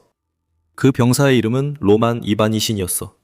그는 하사였는데 계급이 박탈당했고 푸틴의 권력 욕망을 위해 우크라이나에서 죽기를 거부했다는 죄목으로 15년형을 선고받았지. 이제 러시아 살인죄 형량이 얼마일지 맞춰봐. 최대 15년이라고 했다면 정답이야. 러시아 형법 제105조에 따르면 가중 사정이 없는 살인은 6년에서 15년 사이의 형으로 처벌돼. 가중 사정이 있는 살인은 더 긴 형이나 사형까지 선고될 수 있어. 하지만 이바니신이 우크라이나에 항복을 시도했다는 이유만으로 러시아 사회에서 최악의 범죄자에게만 적용되는 형을 선고받았다는 사실은 변하지 않아. 그런데 그는 감옥에서 나올 수도 있어. 그는 러시아가 군에 모집한 18만 명 넘는 죄수 중 한 명이 되기만 하면 돼. 그러면 아마 다시 항복할 기회가 생길 거야. 크렘린은 이바니신에게 다른 범죄자들에게 했던 제안을 하지 않을 거야. 물론 그 병사에게 지금보다 더 나쁜 운명을 맞게 할 상황을 일부러 만들고 싶다면 모를까. 결국 이바니신은 운이 좋은 편이야. 우크라이나에 항복하려다 감옥에 갔지만 다른 러시아 군인들은 죽임을 당해. 우리는 전쟁이 진행되는 동안 이런 일을 여러 번 봤어. 지난 7월 밀리타니는 이런 사건 중 하나를 보도했는데 한 러시아 군인이 다른 군인이 우크라이나에 항복하려고 할 때 그를 쏜 사건이었지. 우크라이나 드론이 사건을 상공에서 관찰했고 우크라이나가 그 드론으로 총에 맞은 군인에게 항복하라고 설득했을 가능성도 있어. 그 사건 영상이 있지만 대부분은 이 영상에서 공유하기엔 너무 충격적이야. 하지만 영상을 보면 항복하던 군인이 멀리서 한번 총에 맞고 땅에 쓰러지는 모습을 볼 수 있어. 몇 초 후 총격범이 군인에게 다가가 머리에 총을 쏘는 장면이 이어져. 끔찍한 운명이지만 러시아는 모든 군인이 우크라이나의 방어선에 몸을 던지기 위해 존재하는 군대에서 이런 일을 적극적으로 조장하는 것처럼 보여. 군인이 그조차 안 하면 푸틴에게 이미 죽은 목숨이야. 그 군인이 우크라이나 군에게 총을 맞든 자기 동료에게 맞든 러시아의 냉혹한 지도자에게는 아무런 차이가 없어. 적어도 죽은 군인은 우크라이나가 자국의 포로와 맞바꿀 수 있는 무언가를 제공하지는 않으니까. 2025년 10월 또 다른 사건이 영상에 포착됐다. 이번에는 TVP 월드에서 보도했는데 러시아군이 탈영하거나 우크라이나에 항복하려던 자국 병사를 죽이기 위해 자국의 드론을 사용했다. 그 병사는 아직 항복을 거의 시작하지 않았다. 우크라이나 지상군은 정찰 드론이 그가 무기를 내려놓는 모습을 포착했으며 이는 우크라이나에 항복하려는 준비로 보인다고 밝혔다. 무기가 땅에 떨어지자마자 러시아 드론이 투하한 폭발물이 그의 옆에 떨어진다. 쾅! 그 폭발로 항복하려던 병사는 순식간에 목숨을 잃는다. 다시 한번, 이 영상은 너무 충격적이어서 이 비디오에서 공유할 수 없지만 지상군이 성명에서 밝힌 것처럼 이것은 적이 자기 병사들의 생명조차 소중히 여기지 않는다는 또 다른 증거이다. 이런 예가 또 하나 있다. 2월 10일에 유나이티드 24 미디어는 러시아군이 여전히 자국 병사들을 공격하고 있다고 보도했다. 특히 그 병사들이 우크라이나 드론에 항복하려 할 때 그러하다. 이 매체는 차지비아르 지역에서 24 독립기계화 여단 이조종하는 우크라이나 드론에 항복한 푸틴 병사 2명에 대해 보도했다. 드론이 러시아 병사들을 항복 지점으로 안내하던 중 러시아 FPV 드론의 공격으로 2명 모두 사망했다. 이것이 푸틴 군대의 러시아 병사 현실이며 이런 장면을 우리는 수없이 봤다. 이 장면은 푸틴이 병사들에게 강요하는 조건이 너무 끔찍해. 우크라이나 드론이 기회를 주면 병사들이 모든 걸 걸고 그 기회를 붙잡는다는 것을 보여줍니다. 푸틴의 병사들에게 엄청난 죽음을 안겨준 이 장치들이 다른 우크라이나 드론이 아니더라도 항복하는 병사들의 동료들로부터라도 여전히 잠재적인 구원자로 여겨지고 있습니다. 이런 위험에도 러시아 병사들은 손을 들고 우크라이나 드론을 쫓아갑니다. 페도로프는 지난 겨울에만 100번 넘게 이런 일이 일어났다고 말했으며 전체적으로 러시아 병사들은 감옥에 갈 수 있고 자기 동료 손에 죽을 수도 있다는 위협 속에서도 사상 최대 규모로 항복하고 있다고 밝혔습니다. 12월 30일 유나이티드 24 미디어는 푸틴이 침공을 시작한 이후로 1만 명이 넘는 러시아 병사들이 우크라이나에 포로로 잡혔다고 보도했습니다. 겨울이 지난 지금 이 숫자는 더 늘었을 것이며 러시아가 우크라이나에 70만 명 경력을 보유한 점을 고려하면 적게 보일 수 있지만 앞서 말씀드린 내용을 기억해 주세요. 이들은 결국 러시아로 성환될 1만 명의 병사들입니다. 그들은 감옥이 기다리고 있을 수도 있다는 것을 알고 있습니다. 또한 다시 전선으로 보내질 가능성도 있는데 만약 또다시 항복을 시도한다면 지휘관들에게 총살당할 수도 있습니다. 그들은 도착 즉시 자신들이 저지른 일로 총살당할 수도 있습니다. 많은 이들이 우크라이나 드론을 푸틴이 자신들을 몰아넣은 전쟁에서 벗어날 안전한 방법으로 봅니다. 명령에 의문을 제기하는 말 한마디만 해도 머리에 소총을 겨누는 무능한 지휘관들과 함께 있는 것보다는 훨씬 더 안전합니다. 우크라이나가 여기서 찾아낸 것은 비접촉 항복을 유도하는 방법입니다. 우크라이나는 자국 군인들의 안전을 지키는 동시에 푸틴의 군대를 드론으로 공격했던 바로 그 드론을 이용해 러시아군에게 항복할 길을 열어주고 있습니다. 그리고 우크라이나에게는 다소 기묘하고 뒤틀린 보너스가 있는데 러시아군이 항복하지 못하고 자국군에 의해 사망하더라도 그것 역시 우크라이나에게는 승리로 간주됩니다. 전장에서 병사 한 명이 제거된다는 뜻입니다. 드론은 단순히 다음 목표로 이동합니다. 이제 러시아 병사들 다수가 전장에 남기보다 우크라이나 드론에 운을 맡기려는 것도 이상하지 않습니다.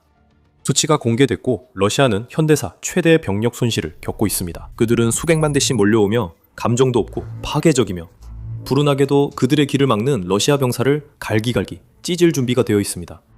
푸틴은 그들을 알고 두려워합니다. 그의 병사들은 전장 곳곳에서 죽을 만큼 두려워하고 있으며 우크라이나는 전쟁을 끝낼 무적의 군단을 풀어놓고 있습니다.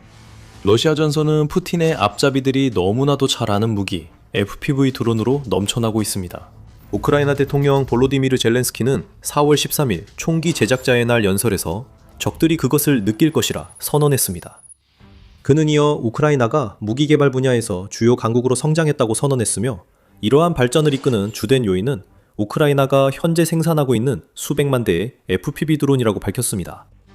이 드론들이 우크라이나 활동의 기반이 되었습니다. 우크라이나가 개발 중인 요격 드론, 장거리 미사일 드론 하이브리드, 그리고 로봇 시스템 모두 푸틴의 침공으로 인해 우크라이나가 FPV 드론 분야의 전문성을 키울 수밖에 없었기 때문에 가능해진 일입니다. 러시아는 괴물을 만들어냈고 그 괴물은 전장에서 푸틴의 군대를 집어삼키고 있습니다. 젤렌스키는 우크라이나 방위산업이 연간 수백만 대의 FPV 드론 생산이 가능하다고 강조했습니다. 우크라이나의 드론은 이제 역사적인 거리를 비행하고 있으며 현재 단일 공격에서 1750km의 기록이 곧 깨질 것으로 보입니다. 플라밍고, 넵튠, 루타 등과 같은 드론들이 계속 개발되고 있기 때문입니다. 하지만 수백만 대의 우크라이나 드론이 가장 크게 영향을 미치고 있는 곳은 바로 최전선입니다. 숫자가 이를 증명합니다. 우크라이나의 방위산업이 계속해서 발전함에 따라 그 결과는 러시아가 기록적으로 많은 사상자를 내고 있다는 점에서 드러나고 있습니다. 알자지라에 따르면 우크라이나는 3월 한 달 동안에만 35,351명의 확인된 사상자를 집계했으며 이 중 96%가 드론에 의해 러시아군이 사망하거나 부상당한 것으로 나타났습니다. 사상자 수는 2월보다 29% 증가했으며 3월 2월보다 3일 더 많다는 점을 고려해도 러시아가 변명할 수 없을 만큼 큰 수치입니다. 2026년 첫 세 달을 지난 해와 비교하면 정말 기록적인 수준이 나옵니다. 현재 러시아는 우크라이나에서 점령한 1제곱킬로미터마다 316명의 사상자를 내고 있습니다. 지난해에는 그 숫자가 120명이었습니다. 같은 양의 영토를 위해 거의 3배에 달하는 러시아 병사들이 목숨을 잃고 있으며 우크라이나가 생산하는 수백만 대의 드론이 대부분의 피해를 입히고 있습니다. 비율은 출처에 따라 다릅니다. 젤렌스키 본인도 이제 드론이 러시아 사상자의 약 90%를 차지한다고 말했는데 이는 알자지라의 주장과 대체로 일치합니다. 최전선에서 우크라이나 431번째 독립무인항공시스템 대대의 지휘관 일리아 마시나에 따르면 그 수치는 80%에 더 가깝다고 하지만 비율을 둘러싼 논쟁은 제쳐두더라도 푸틴이 반드시 귀에 박혀야 할 메시지는 분명합니다. 우크라이나의 드론 혁명이 러시아를 파괴하고 있습니다. 하늘 위의 공포는 더 강력하고 더 정교해질 것입니다. 이 모든 것은 우크라이나 방위산업의 급성장 덕분입니다. 푸틴이 제국에 대한 욕망보다 논리적 사고를 앞세웠다면 이런 일은 없었을 것입니다. 우크라이나는 이니 꽤 유명한 무기 수출국이자 제조국이었습니다. 키우 포스트에 따르면 우크라이나는 2016년 무기 수출 세계 10위를 기록했지만 그 수출액은 5억 2,800만 달러에 불과했습니다. 그 금액은 당신에겐 큰 돈일 수 있지만 러시아나 미국의 무기 판매 수십억 달러에 비하면 매우 적은 규모입니다. 또한 이 매체는 이 시기 우크라이나의 많은 수출품이 수리 후 판매된 소련 시절의 장비였다고 지적합니다. 이제 상황은 완전히 달라졌습니다. 우크라이나가 매년 생산하는 수백만 대의 드론은 러시아 군인과 장비를 파괴하는 데 그치지 않고 전체 방위 산업이 구축되는 기반이 되고 있습니다.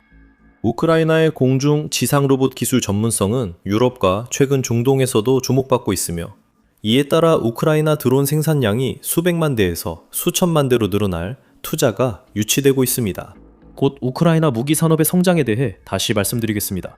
이것이 현재 전장에서 대대적 변화가 일어나는 이유입니다. 우선 우크라이나 FPV 드론에 집중합시다.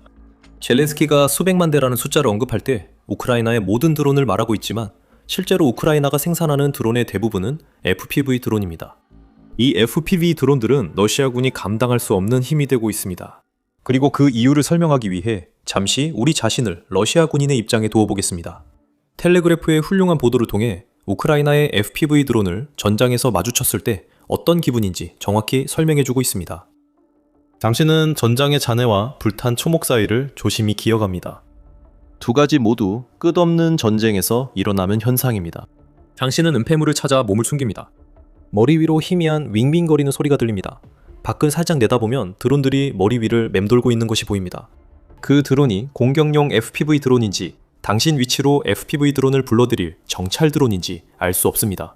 당신은 드론 카메라에 들키지 않으려면 다시 숨는 곳으로 가야 한다는 것만 압니다. 그건 중요하지 않을 겁니다. 당신이 모르는 사이 FPV 드론들은 하늘에서 선회하는 것 외에도 키 큰 풀밭과 숲에 숨어 앞으로 나아가는 러시아 군인을 덮치려 기다리고 있습니다. FPV 드론은 작아서 열린 창문이나 틈을 통해 건물 안으로도 들어갈 수 있습니다. 결국 당신을 잡는 건 바로 드론입니다. 아무리 숨으려 해도 우크라이나의 압도적인 FPV 드론 수는 그들이 만든 광범위한 살상구역 어디든 탐색할 수 있습니다. 당신이 몸을 숨긴 폐허가 된 건물 안을 드론들이 수색하면서 윙윙거리는 소리가 점점 더 크게 들렸습니다. 윙윙거리는 소리가 굉음에 가까운 설안으로 변했을 때쯤엔 도망치기엔 이미 너무 늦었습니다. 드론이 당신을 맞췄습니다. 당신은 전쟁에서 탈락했습니다. 이런 날아다니는 공포들이 동료들을 많이 기다리고 있습니다. 수천 명의 러시아 군인들이 우크라이나가 만든 살상지대에 투입되는 운명을 겪고 있습니다. 우크라이나는 전선 너머 수십 킬로미터에 걸친 살상지대에서 러시아의 진격을 늦추고 병력을 지정된 포병 매복 지점으로 유도하며 러시아의 본격 공격전 전멸시키기 위해 다양한 무기를 조합해 사용합니다. 카모와 드래곤 스티스가 이 살상지대를 가득 메우고 있어 전차와 장갑차의 진격을 막아냅니다. 수많은 철조망이 깔려 있어 러시아 병사들은 찢겨 다치지 않으려면 천천히 움직일 수밖에 없습니다.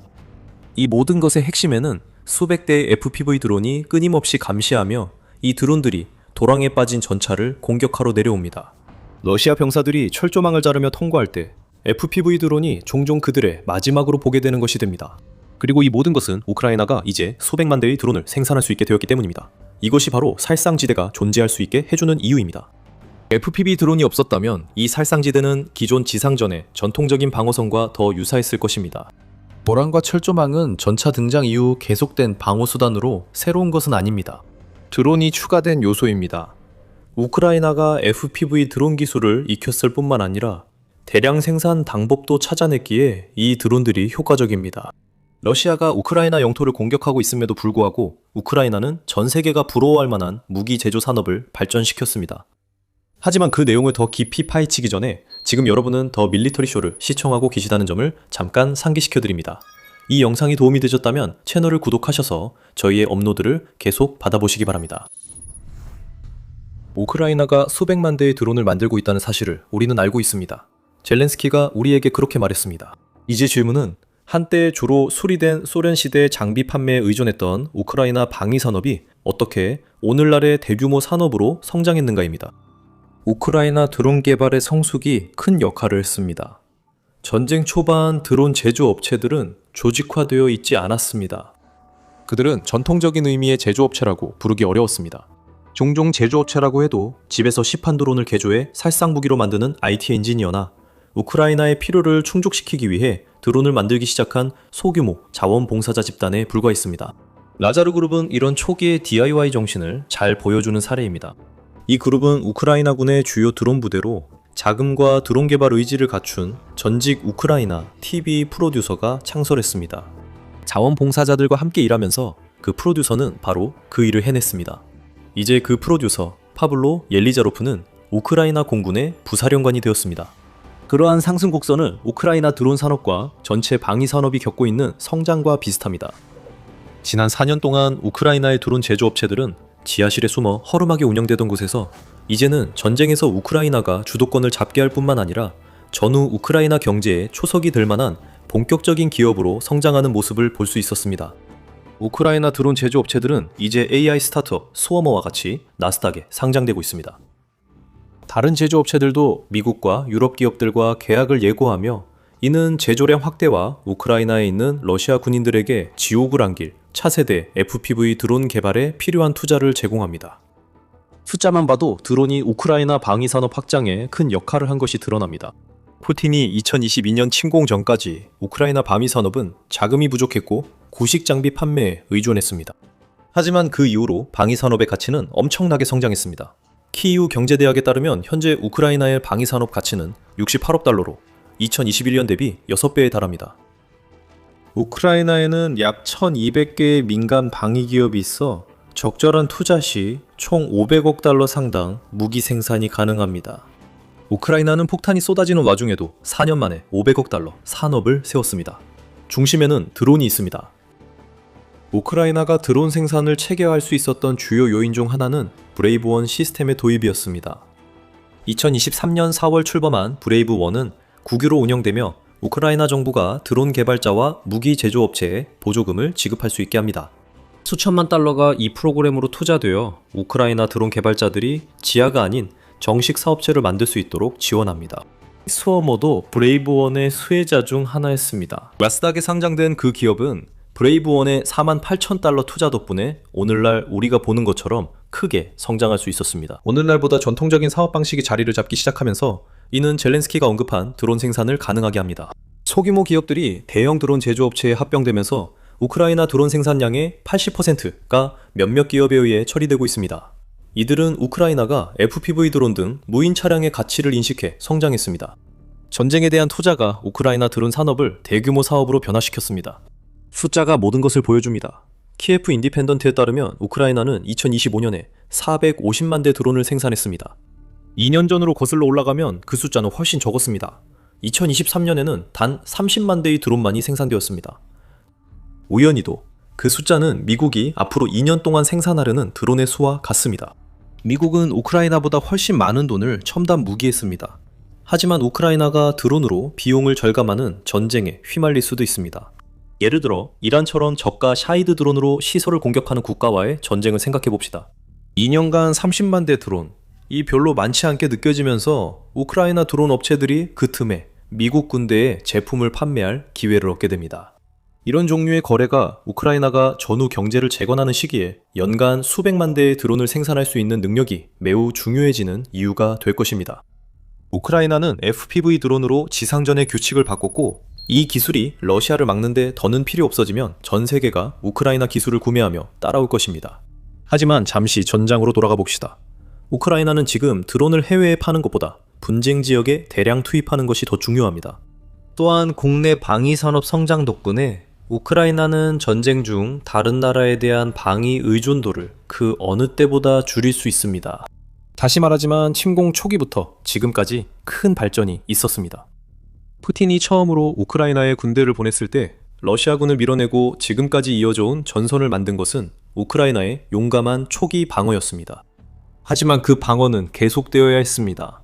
우크라이나가 수년간 버티며 싸울 수 있었던 건 다른 나라들의 군사 지원 덕분이며 그 지원은 지금도 이어집니다. 키이우 연구소의 우크라이나 지원 추적기에 따르면 우크라이나는 지난 4년 동안 미국과 유럽으로부터 약 3,167억 유로, 즉 3,730억 달러가 조금 넘는 할당된 지원을 받았습니다. 그것은 엄청난 금액이며 우크라이나에게 필수적이었습니다. 이러한 지원이 의미하는 바는 우크라이나가 때때로 동맹국들이 정한 무기 사용 규칙에 얽매이게 되었다는 것입니다. 이 사례들은 2025년에 여러 번 관찰됐습니다. 그해 미국은 우크라이나에 대한 군사 지원과 정보 제공을 중단했지만 이후 모두 재개했습니다. 미국은 러시아 상대 에이테크스 사용에 새로운 승인 방식을 도입해 우크라이나 미사일 사용을 사실상 막았습니다. 우크라이나는 그 이후로 다시 에테캠스를 사용하기 시작했지만 외국의 지원에 의존한다는 것은 때때로 불안정한 지정학적 상황에서 우크라이나가 그때그때 닥치는 불안정한 지정학적 상황에 휘둘릴 수밖에 없었다는 점을 보여줍니다. 2026년으로 넘어가면 우크라이나의 국내 방위 산업은 크게 성장하여 이제 우크라이나 국방조달청이 구매하는 무기, 장비, 탄약의 82%를 우크라이나 자체에서 공급하고 있습니다. 1년 전만 해도 이 비율은 46%에 불과해 우크라이나 군 무기 대부분이 외국 파트너에게서 왔음을 의미합니다. 우크라이나 국방부는 2월에 전쟁이 시작된 이후 우크라이나의 생산 능력이 50배 증가했다고 발표했으며 이는 자국 방위 산업이 우크라이나 군의 필요의 50% 이상을 충족하고 있다는 의미입니다. 이것은 푸틴이 전혀 예상치 못한 자립으로의 전환이며 푸틴이 주장하듯 러시아가 우크라이나에서 모든 것을 휩쓰는 세력이었다면 결코 일어나지 않았을 일입니다. 젤렌스키가 우크라이나에 연간 수백만 대 드론 생산을 언급할 때 단순히 전장 영향만 말하는 게 아닙니다. 수천 명의 러시아 군인이 우크라이나 자체 무기에 의해 제거되는 것이 주목받지만 우크라이나를 이 지점까지 이끈 과정이 더 중요합니다. 우크라이나가 점점 더 자립하는 데에는 드론이 큰 역할을 하고 있습니다. 우크라이나의 드론은 또한 전후 미래에 무기 판매로 수십억 달러를 벌어들일 수 있는 위치에 우크라이나를 올려놓았으며 오늘날에는 이 드론 덕분에 방위 계약을 체결하고 서방으로부터 수백만 달러를 유치할 수 있게 해주고 있습니다. 이 모든 것이 푸틴의 군대에 맞서 우크라이나를 방어하는 데 도움이 되고 있습니다. 수백만 대의 드론은 단순히 매달 수만 명의 러시아인이 사망한다는 것만을 의미하지 않습니다. 이는 러시아와의 전쟁이라는 재앙이 지나간 후 우크라이나에 더 밝은 미래가 찾아온다는 것을 의미합니다. 우크라이나 드론 제조를 더 성장시키려면 더 할 수 있는 일이 있을까요? 네, 간단한 논리입니다. 우크라이나가 파트너로부터 직접 구매, 보조금, 대출, 군사 지원 등으로 더 많은 자금을 확보할수록 드론 제조 부문이 더 강해질 수 있습니다. 이미 그 분야 생산이 꾸준히 증가하는 것을 볼 수 있었습니다. 우크라이나는 2023년 30만 대 생산 후 2025년엔 450만 대를 달성했습니다. 우크라이나의 2026년 목표는 더 야심차게 설정됐습니다. 유로마이단 프레스에 따르면 우크라이나 국방부 차관 세르하이 보에프는 나토 작전군 개발 프레임워크에서 우크라이나가 2026년에 700만 대의 드론 생산을 목표로 하고 있다고 밝혔습니다. 이 수치는 더 높아질 수도 있습니다. 2025년 6월 우크라이나 전 국방장관 루스토 모미로프는 드론 제조에 집중 투자한 결과 매년 1000만 대를 생산할 역량을 갖췄다고 밝혔습니다. 2026년에 700만 대 드론을 생산해도 전년보다 250만 대 많지만 우크라이나가 1년 전 보유했던 생산 능력보다 300만 대 부족합니다. 그리고 누가 알겠습니까? 우크라이나가 한때 분열되어 있던 수많은 드론 제조 회사들을 통합하고 추가로 더 많은 투자를 했기 때문에 그 생산 능력은 더 높아졌을 수도 있습니다. 여기서 우리가 말하고자 하는 요점은 간단합니다. 우크라이나는 이미 자체적으로 만든 수백만 대의 FPV 드론으로 전선을 압도할 수 있는 위치에 있습니다. 그 물결이 이미 수천 명의 푸틴 군대를 압도하고 있으며 거대한 해일이 될 수도 있습니다. 우크라이나에 필요한 것은 더 많은 시간과 자금입니다. 이 두 가지가 주어지면 우크라이나가 시작한 드론 혁명은 전쟁 중은 물론 이후에도 국가를 구원할 수 있습니다. 이번 영상은 FPV 드론에 초점을 뒀지만 우크라이나에는 더 많은 것이 있습니다. 물리 법칙을 깨는 무언가가 우크라이나에서 러시아군을 죽이고 있습니다. 보이지 않고 탐지나 방어가 불가능합니다. 이것은 제조업의 경이입니다. 우크라이나의 비밀 블랙 프로젝트 무기가 전쟁 승리를 향한 공격을 시작했지만 우크라이나는 함구하고 있습니다. 이것은 전쟁에서 승리하는 데 도움이 될 수 있다는 것을 우크라이나가 아는 숨겨진 무기입니다. 하지만 우리가 이 무기가 하늘에 있다는 사실을 아는 이유는 단 하나, 러시아가 이 무기에 대해 공포에 질려있기 때문입니다. 일부 러시아 소식통들은 크렘린 공식 입장과 달리 하늘의 새로운 우크라이나발 공포를 전 세계에 알리고 있습니다. 우크라이나는 지금까지 개발해온 모든 것보다 더 발전된 새로운 세대의 전술 드론을 실전에 투입하고 있습니다. 이 드론들은 우크라이나가 투입한 것 중 가장 멀리 날아갈 수 있습니다. 이 드론들은 러시아가 우크라이나 드론을 탐지하기 위해 배치한 탐지기에 보이지 않으며 러시아가 과거에 사용했던 전파 방해 및 기타 전자전 기술에도 영향을 받지 않습니다. 그 드론들은 우크라이나 내 전장에서 지배적인 위치를 차지하기 시작했으며 우리가 그 드론들의 존재를 알게 된 유일한 이유는 러시아인들이 그것들에 대해 불평하고 있기 때문입니다. 우크라이나군이 홀리브카 공격에 마르티안을 사용하기 시작했다는 제목이 4월 8일 러시아 뉴스 통신사 타스에서 보도되었습니다. 타스가 그 드론들을 마르티안이라고 부른다는 사실만으로도 이 새로운 무기들이 마치 이 세상 것이 아닌 것처럼 느껴진다는 점을 알 수 있습니다. 보이지 않는 드론이 등장해 비행하면서 물리법칙을 깨트리고 있고 러시아가 임명한 홀리브카 시장 이반 프로호드코는 이에 대해 할 말이 많습니다. 적군이 마르티안이라고 불리는 새로운 드론을 사용하기 시작했는데 불행히도 이 드론은 시속 300km, 즉 시속 186마일까지 순항할 수 있습니다. 이제 조종사의 지시 없이 인공지능이 비행을 조종한다고 프로우드코는 밝혔습니다. 이것은 러시아에게 매우 두려운 전망입니다. 이 드론들은 사실상 탐지하기가 거의 불가능할 뿐만 아니라 인공지능을 이용해 스스로 목표를 찾아가고 있습니다. 가능하다면 이 드론들은 더 막기 어려워집니다. 결국 스스로 조종하는 드론은 조종사가 필요 없습니다. 그리고 조종사가 없다면 러시아가 우크라이나가 이 드론들을 조종하지 못하게 막기 위해 공격할 수 있는 후방의 목표도 없습니다. 러시아는 무방비 상태입니다. 우크라이나는 완벽한 살상 무기를 찾아냈습니다. 정확히 말하면 우크라이나는 완벽한 무기를 만들었습니다. 그리고 몇 분 후에 우리가 그 무기에 대해 알고 있는 것들을 자세히 알아보겠습니다. 몇 분 후에요. 그 전에 처음부터 통제해서는 안 될 도시를 지배하고 있는 한 지역 주지사보다 훨씬 더 많은 러시아인들이 공황 상태에 빠져 있습니다. 크로호드코는 우크라이나의 드론이 전자전 시스템에 의해 탐지되지 않으며 드론 탐지기에도 포착되지 않는다고 추가로 언급했습니다. 하지만 지금은 러시아의 수많은 친전쟁 군사 블로거 중 한 명이 된 잔혹한 체첸 특수부대 사령관 압티 알라우디노프가 우크라이나가 푸틴의 군대에 퍼부은 것에 대해 크렘린의 베일을 벗겼습니다. 4월 6일 영상에서 알라우디노프는 우크라이나 신형 드론이 전선과 후방에서 러시아 군수 지원을 완전히 파괴 중이라고 밝혔습니다. 우크라이나는 새로운 세대 드론을 도입해 심각한 군수 문제를 일으키고 있습니다. 이 드론들은 낮밤 모두 작동하며 마지막 몇 초 급강하를 제외하면 소리가 나지 않습니다. 알라우디노프는 이 드론들이 기존 탐지기로 탐지되지 않고 전자전에도 안전하다고 밝혔습니다. 그는 우크라이나의 새 드론 작동 방식에 여러 이론이 있지만 구체적인 건 없다고 했습니다. AI가 또다시 핵심입니다. 우크라이나는 사거리를 늘려주는 스타링크 기반 중계기에서 이 드론들을 투하할 수도 있습니다. 드론에 날개가 장착되며 속도가 빨라져 사실상 피할 수 없게 된다고 알라우디노프는 말합니다. 이 부분은 추후 더 살펴볼 예정입니다. 이런 변화가 가능해 보이지 않죠? 지난 4년간 우크라이나 드론은 효과적이었지만 러시아가 대응했습니다. 전자전 장비가 있었다면 드론을 즉시 멈출 수 있었을 것입니다. 러시아 지상군은 드론에 대응하지 못했지만 특유의 윙윙거리는 소리는 들을 수 있었습니다. 이전에는 추적기, 레이더 등 탐지기가 푸틴군의 우크라이나 드론 접근을 경고할 수 있었지만 이제는 아무런 경고도 없습니다. 경고도 없고 도망칠 수 없으며 우크라이나도 러시아군에 무엇을 풀어놓았는지에 대해서는 아무 말도 없습니다. 하지만 이런 일이 일어날 조짐은 있었습니다. 마션 드론이라는 표현은 우연이 아니며 과거 뉴스에도 등장한 바 있습니다. 또한 우크라이나가 최근 사용하고 있는 새로운 드론과 관련이 있을 수도 없을 수도 있는 다른 기술 발전에 대한 보고도 있습니다. 그래서 당연한 질문에 도달하게 됩니다. 우리는 지금 푸틴의 꼭두각시들을 공포에 떨게 하고 있는 우크라이나의 극비 드론에 대해 무엇을 알고 있거나 알고 있다고 생각하고 있을까요? 먼저 마션 드론이라는 이름부터 시작해 보겠습니다. 지난해 12월 뉴욕타임즈는 리파라는 이름의 드론 조종사가 보로시브카라는 작은 마을 근처 들판에서 러시아군과 싸우고 있는 이야기를 다룬 흥미로운 기사를 실었습니다. 이 작은 마을은 러시아 국경 옆에 위치해 전쟁 중 오랫동안 점령됐습니다. 리파의 임무는 점령군의 삶을 지옥으로 만드는 것이며 그는 러시아 언론이 공황에 빠진 바로 그 드론을 사용했을 수 있습니다.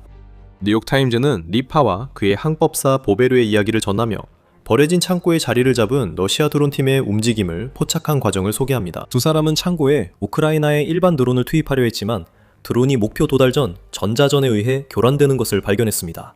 그때 범블비라는 새로운 드론이 등장했으며 구글 전 CEO 에릭 슈미트가 주도하는 것으로 알려진 비밀 프로젝트의 일부로 제작됐습니다. 범블비가 우크라이나 드론 조종사가 겪던 문제를 해결했습니다. 드론이 하늘로 발사되었습니다.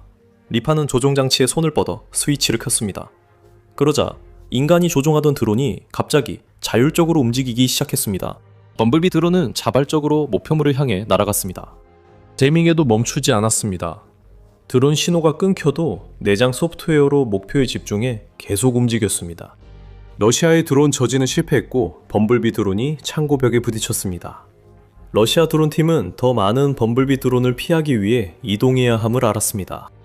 지금 점령된 우크라이나 상공을 탐지되지 않은 채 비행하고 있는 마르티안 드론의 첫 비행이었을까요? 첫 번째는 아니어도 분명 그중 하나였을 겁니다. 뉴욕타임즈는 같은 시기 하르키우와 쿠피안스크 같은 우크라이나 도시 외곽에 러시아군이 비슷한 드론을 상대했다고 보도했습니다. 이 드론을 막는 유일한 방법은 격추시키는 것이었고 운 좋게 그 드론을 발견하고 그 드론이 목표물을 찾기 전에 정확히 맞춰야만 했습니다. 이 드론 중 하나가 현지에서 장갑차를 파괴했고 러시아는 우크라이나 드론 잔해를 확보했습니다. 그 잔해는 모스크바 외곽에 위치한 러시아 드론 제조업체인 통합무인 솔루션 센터로 보내졌습니다. 그때부터 범블비는 러시아에서 마르시오닌으로 불렸습니다. 마르시오닌은 러시아어로 화성인을 의미합니다. 그 이름은 우크라이나의 비밀스러운 신형 드론에 붙여졌는데 러시아가 이 드론이 우크라이나에서 개발된 것이 아니라 나사의 인제뉴어티 프로그램의 일환으로 개발된 것이라고 추정했기 때문입니다. 그 프로그램은 결국 화성에서 비행한 소형 자율 헬리콥터를 만들어냈습니다. 통합 무인 솔루션 센터의 말을 믿는다면 우크라이나는 현재 나사에서 그대로 가져왔거나 혹은 조용하고 인공지능으로 구동되는 비행을 가능하게 하는 동일한 종류의 기술로 개발된 드론 버전을 실전에 투입하고 있다고 합니다. 이 드론은 현재 우크라이나 점령지 전역에서 보고되고 있습니다. 우리는 이 드론이 물리법칙을 깨뜨렸다고 말했지만 그것은 화성에서 비행한 것이었습니다. 러시아는 이제 말 그대로 지구 밖에서 온 새로운 위협에 직면한 듯 보입니다. 우크라이나는 침묵하고 있지만 뉴욕타임즈에 따르면 이 화성 드론은 나사가 개발했거나 도움을 받아 만들어졌고 우크라이나가 러시아군에 사용한 것입니다. 이런 일의 조짐은 이미 있었고 일부는 전장에서 나왔고 일부는 우크라이나가 직접 흘린 것이었습니다. 그 이야기 전에 여기는 더 밀리터리 쇼입니다. 저희는 헤드라인이 아닌 전체 그림을 보여드립니다. 최신 정보 원하시면 구독 버튼을 눌러주세요. 그래서 우크라이나의 새로운 드론에 대한 더 많은 단서들이 있습니다. 일부 단서는 우크라이나 기업에서 나옵니다. 12월 5일 유나이티드 24 미디어는 DoD 솔루션이라는 우크라이나 방위기술 기업이 우크라이나 군대에 새로운 AI 기반 자동 유도 시스템을 제공하기 시작했다고 보도했습니다. 이 시스템은 표적이 움직이고 있을 때도 표적을 포착할 수 있습니다. 리비우에 본사를 둔 이 회사는 이 새로운 시스템이 카미카제 드론에 탑재될 수 있어 GPS가 방해받는 환경에서도 표적을 추적할 수 있다고 밝혔습니다. 다시 말해 제밍은 효과가 없고 스푸핑도 소용이 없습니다. GPS가 더 이상 필요 없게 된 것은 우크라이나가 보유한 어떤 드론에도 설치할 수 있을 것으로 보이는 이 시스템 덕분입니다. 상황이 점점 더 흥미로워지고 있습니다. 마션은 독립형 드론일 수 있지만 그 기술 또는 유사한 기술이 우크라이나 전역에 널리 보급될 수도 있습니다. 3월 말로 넘어가면 우크라이나 국방부도 새로운 드론 기술에 대해 언급하고 있습니다. 텔레그램 게시물에서 우크라이나 국방부 장관 미하일로 페도로프는 우크라이나가 브레이브원 시험장에서 차세대 폭격 드론의 테스트를 시작했다고 밝혔습니다. 브레이브원은 우크라이나가 전국의 드론 제조업체들이 러시아 정령군에 맞서 사용할 수 있는 새로운 기술을 개발하도록 장려하고 지원하기 위해 만든 프로그램입니다. 페도로프 장관은 차세대 폭격기가 긴 사거리, 더 높은 탑재량, 안전한 통신, 안전한 위치 운용 능력을 갖춘다고 밝혔습니다. 페도로프 장관은 우크라이나가 소형과 대형 폭격기를 시험 중이며 소형은 보병, 경장비, 대형은 요새화, 목표물, 중장비에 사용된다고 밝혔습니다. 하지만 페도로프 장관이 시험에 대해 언급한 한 가지 정보가 주목됩니다. 우크라이나 국방장관은 각 기체가 전자전 영향속 20km를 비행해 목표를 타격하고 복귀하는 시험을 했다고 주장했습니다. 다시 강조하지만 러시아 전자전과 제밍에 저항력이 있습니다. 러시아가 마션이라고 부르는 범블비 드론에서 시작된 기술이 이제 우크라이나의 다양한 드론에 통합된 것으로 보입니다. 장거리 폭격 드론, 보병을 초토화할 수 있는 단거리 경폭격 드론, 날개형 드론도 있습니다. 잊지 않으셨죠? 기억을 되살려드리겠습니다. 우크라이나의 새로운 물리법칙을 뒤흔드는 드론에 대한 보고에서 알라우디노프는 자신이 직접 보거나 보고를 들은 일부 드론들이 사거리를 늘리고 훨씬 더 빠르게 만들어주는 날개를 장착하고 있다고 말했습니다. 4월 8일 보고서에서 밀리타니는 러시아의 정예 드론 부대인 루비콘 부대 역시 우크라이나의 날개 달린 드론이 작전하는 모습을 목격했다고 밝혔습니다. 보고서에 따르면 우크라이나는 FPV 쿼드콥터 드론에 날개를 달아 비행 중에 소모되는 에너지를 줄여주는 공기역학적 양력을 제공하고 있다고 합니다. 에너지 소모가 줄면 드론은 배터리 소진 전 더 멀리 비행해 러시아 방어선 뒤 목표물도 타격할 수 있습니다. 루비콘이 발견한 예시는 장갑차, 병력, 그리고 요새를 파괴할 수 있는 PG-7 탄두가 장착되어 있었습니다. 이 보고서에는 자동화나 전자전에 대한 저항력에 대한 언급은 없지만 우크라이나가 이 새로운 날개 달린 드론으로 어디를 지향하고 있는지 쉽게 짐작할 수 있습니다. 다른 보고가 사실이라면 우크라이나는 드론에 탑재 가능한 AI 테스트 모듈을 보유하고 있습니다. 그 모듈들은 지금 이 순간 국방부에 의해 폭격 드론에서 테스트되고 있으며 마르티아는 러시아가 현재 보도하고 있는 모든 것에 영감을 준 독특한 드론일 수도 있습니다. 이 이야기엔 또 다른 반전이 있을 수 있습니다. 미국이 지금 우크라이나가 러시아 쪽으로 보내는 것들에 어느 정도 개입하는 듯합니다. 최소한 나사는 그런 것 같습니다.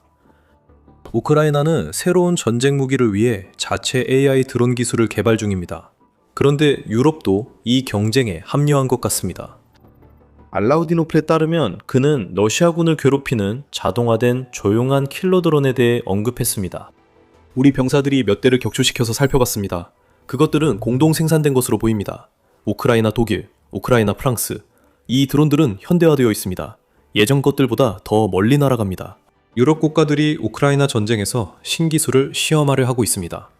프랑스와 독일도 관여할 수 있습니다. 이것들이 우크라이나가 러시아에 쓰는 일반적 드론이라면 놀랍지 않습니다.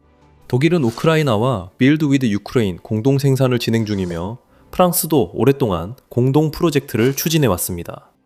하지만 그들이 우크라이나가 현재 사용하고 있는 AI 기반 드론 제작에 관여하고 있다면 그 파장은 엄청날 것입니다.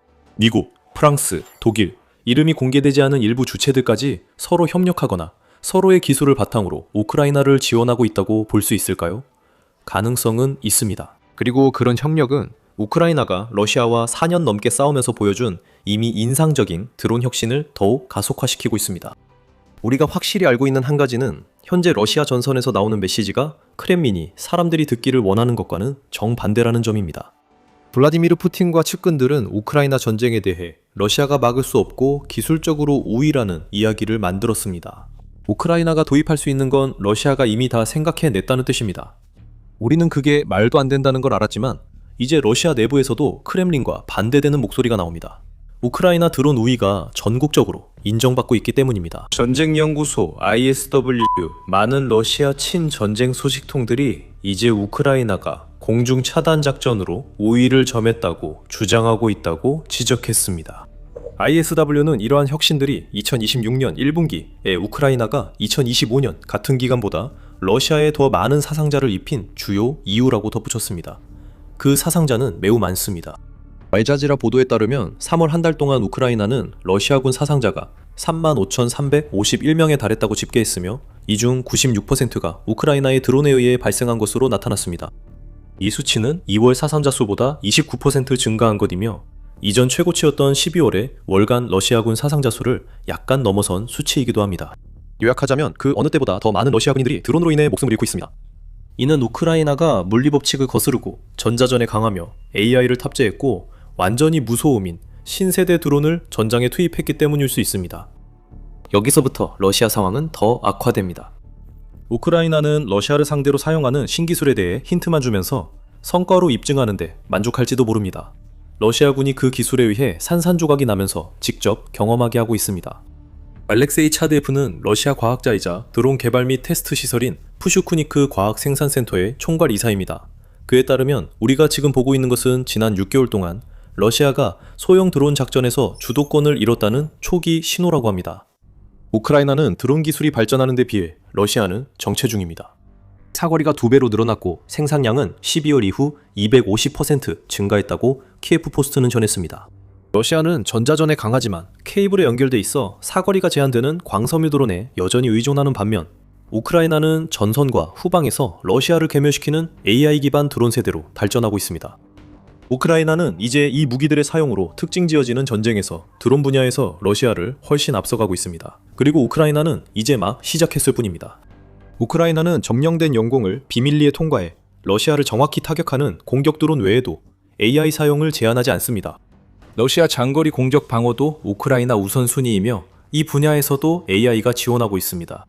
4월 1일 키예프 포스트에 따르면 우크라이나는 푸틴이 도시와 기반 시설에 사용하는 샤이드형 드론에 대응해 새로운 AI 기반 드론 군집을 개발 중입니다. 이런 장거리 공격은 큰 문제입니다.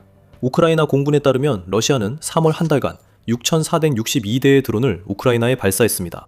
AI가 도입되면서 우크라이나는 한 명의 드론 조종사가 러시아의 샤이드형 위협에 대응할 수 있는 요격 드론 군집 전체를 제어할 수 있는 능력을 갖추고 있습니다. 이것이 바로 방어력의 증폭입니다. 우크라이나는 1대1이 아닌 1대 다 솔루션을 개발 중입니다. 조종사가 위치만 이동시키면 우크라이나가 러시아 드론을 자율 타격하는 요격 드론을 실전에 배치할 수 있게 됩니다. 우크라이나는 늘 드론 혁신가였고 이제는 거대한 강자로 성장하고 있습니다.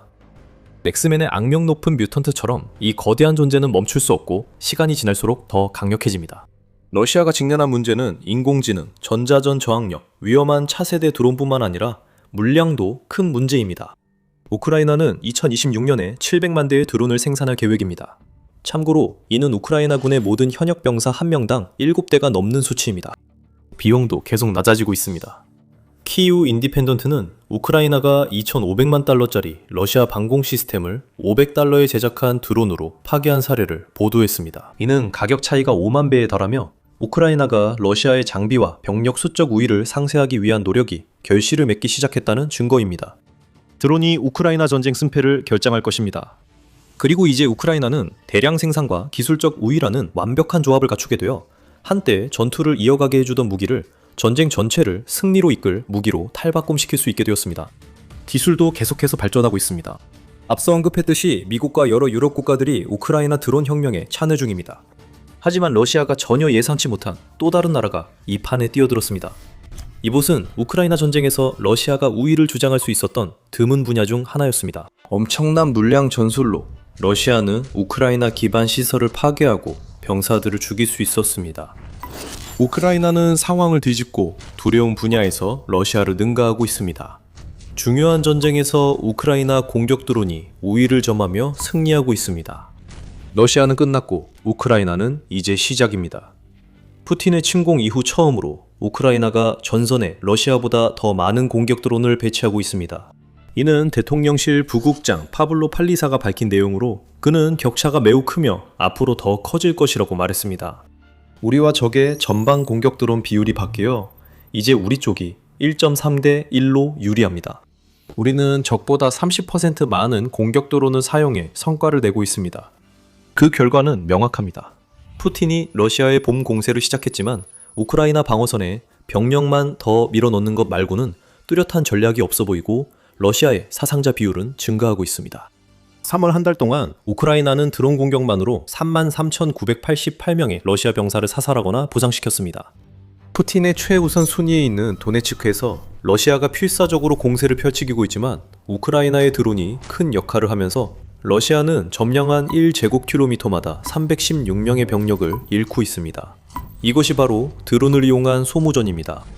우크라이나가 타격용 드론에서 러시아를 앞서며 푸틴 군대는 앞으로 더 큰 타격을 입을 것입니다. 러시아가 오랫동안 우위를 점해왔던 광섬유 드론은 지금 전선에서 우리가 목격하고 있는 전세 역전의 가장 두드러진 예시입니다. 이 드론들은 유선으로 연결되어 있어 다른 종류의 FPV 드론을 괴롭히는 제밍이나 기타 전자전 기술에 대부분 영향을 받지 않습니다. 그래서 오랫동안 우크라이나 방어군의 골칫거리였습니다. 이제 그들은 러시아의 골칫거리가 된 유선 드론입니다. 뿌리사에 따르면 현재 광섬유 시스템이 우크라이나가 전선 전역에서 매일 실시하는 드론 공격의 32%를 차지한다고 밝혔습니다. 러시아는 이 수치가 24%에 그칩니다. 이것은 러시아가 광섬유 드론 공격을 조정하는 데 있어 그 어느 때보다 더 큰 어려움을 겪고 있다는 것을 보여줍니다. 이 어려움은 우크라이나가 공격 드론을 이전보다 더 많이 활용하는 시점에 나타나고 있습니다. 우크라이나가 모든 걸 원하는 대로 하는 건 아닙니다. 이러한 변화가 분명히 인상적이긴 하지만 팔리사는 우크라이나가 양적으로는 앞서고 있을지 몰라도 광섬유 드론의 품질 면에서는 러시아와 비슷한 수준에 불과하다고 지적합니다. 다른 어떤 나라였다면 그것만으로도 충분했을 것입니다. 하지만 우크라이나에게는 그것이 더 많은 노력이 필요하다는 신호이며 모든 면에서 러시아를 능가할 수 있도록 공격 드론을 더욱 개선해야 한다는 의미입니다. 게다가 우크라이나가 전반적으로 우위를 점하고 있지만 러시아는 여전히 일부 지역에서 공격 드론 전략이 우크라이나를 앞서고 있는 곳이 있습니다. 폴리사 씨는 러시아군이 일부 지역에서 노력을 집중하고 적어도 공격에서 우위를 점하려 하며 무엇보다도 지상부대의 전술적 성공 가능성을 확보하려고 한다고 지적합니다. 이 모든 것이 우크라이나 성과를 깎지 않습니다. 전장에서의 큰 반전이며 러시아는 이를 막으려 필사적으로 애쓰고 있습니다. 러시아는 곧 해답을 찾아야 합니다. 예상치 못한 변화 속에 드론 관련 두 번째 측면에서도 우크라이나가 러시아를 압도하기 시작했습니다. 곧 이에 대해 이야기하겠습니다. 공격 드론 측면에서 우크라이나의 성공은 방어하고자 하는 요새화된 지역 주변 수마일에 걸쳐 신속한 살상구역을 만든 데에 크게 기인합니다. 그 살상구역에는 정찰 드론과 공격 드론이 가득 배치되어 있으며 이 드론들은 우크라이나 방어선을 침투하려는 러시아 병사들을 끊임없이 사냥하고 있습니다. 병사들과 장비가 발견되면 곧바로 드론에 의해 폭파당합니다. 이런 패턴은 전선 곳곳에서 계속 반복되고 있으며 이것이 러시아의 봄 공세에서 사상자가 그렇게 많이 발생하는 주된 이유입니다. 포브스에 따르면 러시아는 이 문제에 대한 해답으로 드론 군집을 활용하려 하고 있으며 이를 통해 우크라이나의 킬존 전략을 무력화할 수 있다고 믿고 있습니다. 러시아는 자율 드론 군집으로 우크라이나의 드론 방어망을 뚫고 지상 병사들이 공격할 통로를 확보할 수 있다고 믿고 있습니다. 이 방식은 논리적이지만 결정도 있습니다. 폴리사에 따르면 우크라이나는 러시아보다 공격용 드론을 30% 더 많이 생산하고 있습니다. 즉시 이것은 러시아의 군집 전략이 수적 문제에 직면해 있다는 것을 의미하며 이는 이 전략이 전선 전체에 걸쳐 제한적으로만 사용될 수 있음을 시사합니다. 이러한 군집 드론을 운영할 조종사들도 필요합니다. 물론 어느 정도는 자율적으로 움직일 수 있지만 드론을 제자리에 배치하고 이륙시키기 위해서라도 여전히 조종사가 필요합니다. 조종사들은 우크라이나 공격 드론 사정거리 안에 들어가야 하며 이는 그들이 표적이 된다는 뜻입니다. 러시아가 제안한 우크라이나 드론 우위에 대한 대응책이 아무리 잘해도 완벽하지 않기 때문에 이제 우크라이나는 스스로 만들어낸 이 새로운 우위를 더욱 적극적으로 활용할 수 있게 되었습니다. 우크라이나는 항상 우리가 지적한 빈틈을 채우고 있습니다. 포리스는 품질이 큰 문제는 아니지만 우크라이나가 타격 드론 분야에서 개선할 점이 있다고 말합니다. 현재 우크라이나는 이 분야에서 러시아와 비슷하며 물량에서는 앞서 있습니다. 하지만 전장에서 새로운 기술들이 등장하면서 우크라이나의 타격 드론이 이미 위험한 무기에서 더욱 위험한 무기로 변하고 있습니다.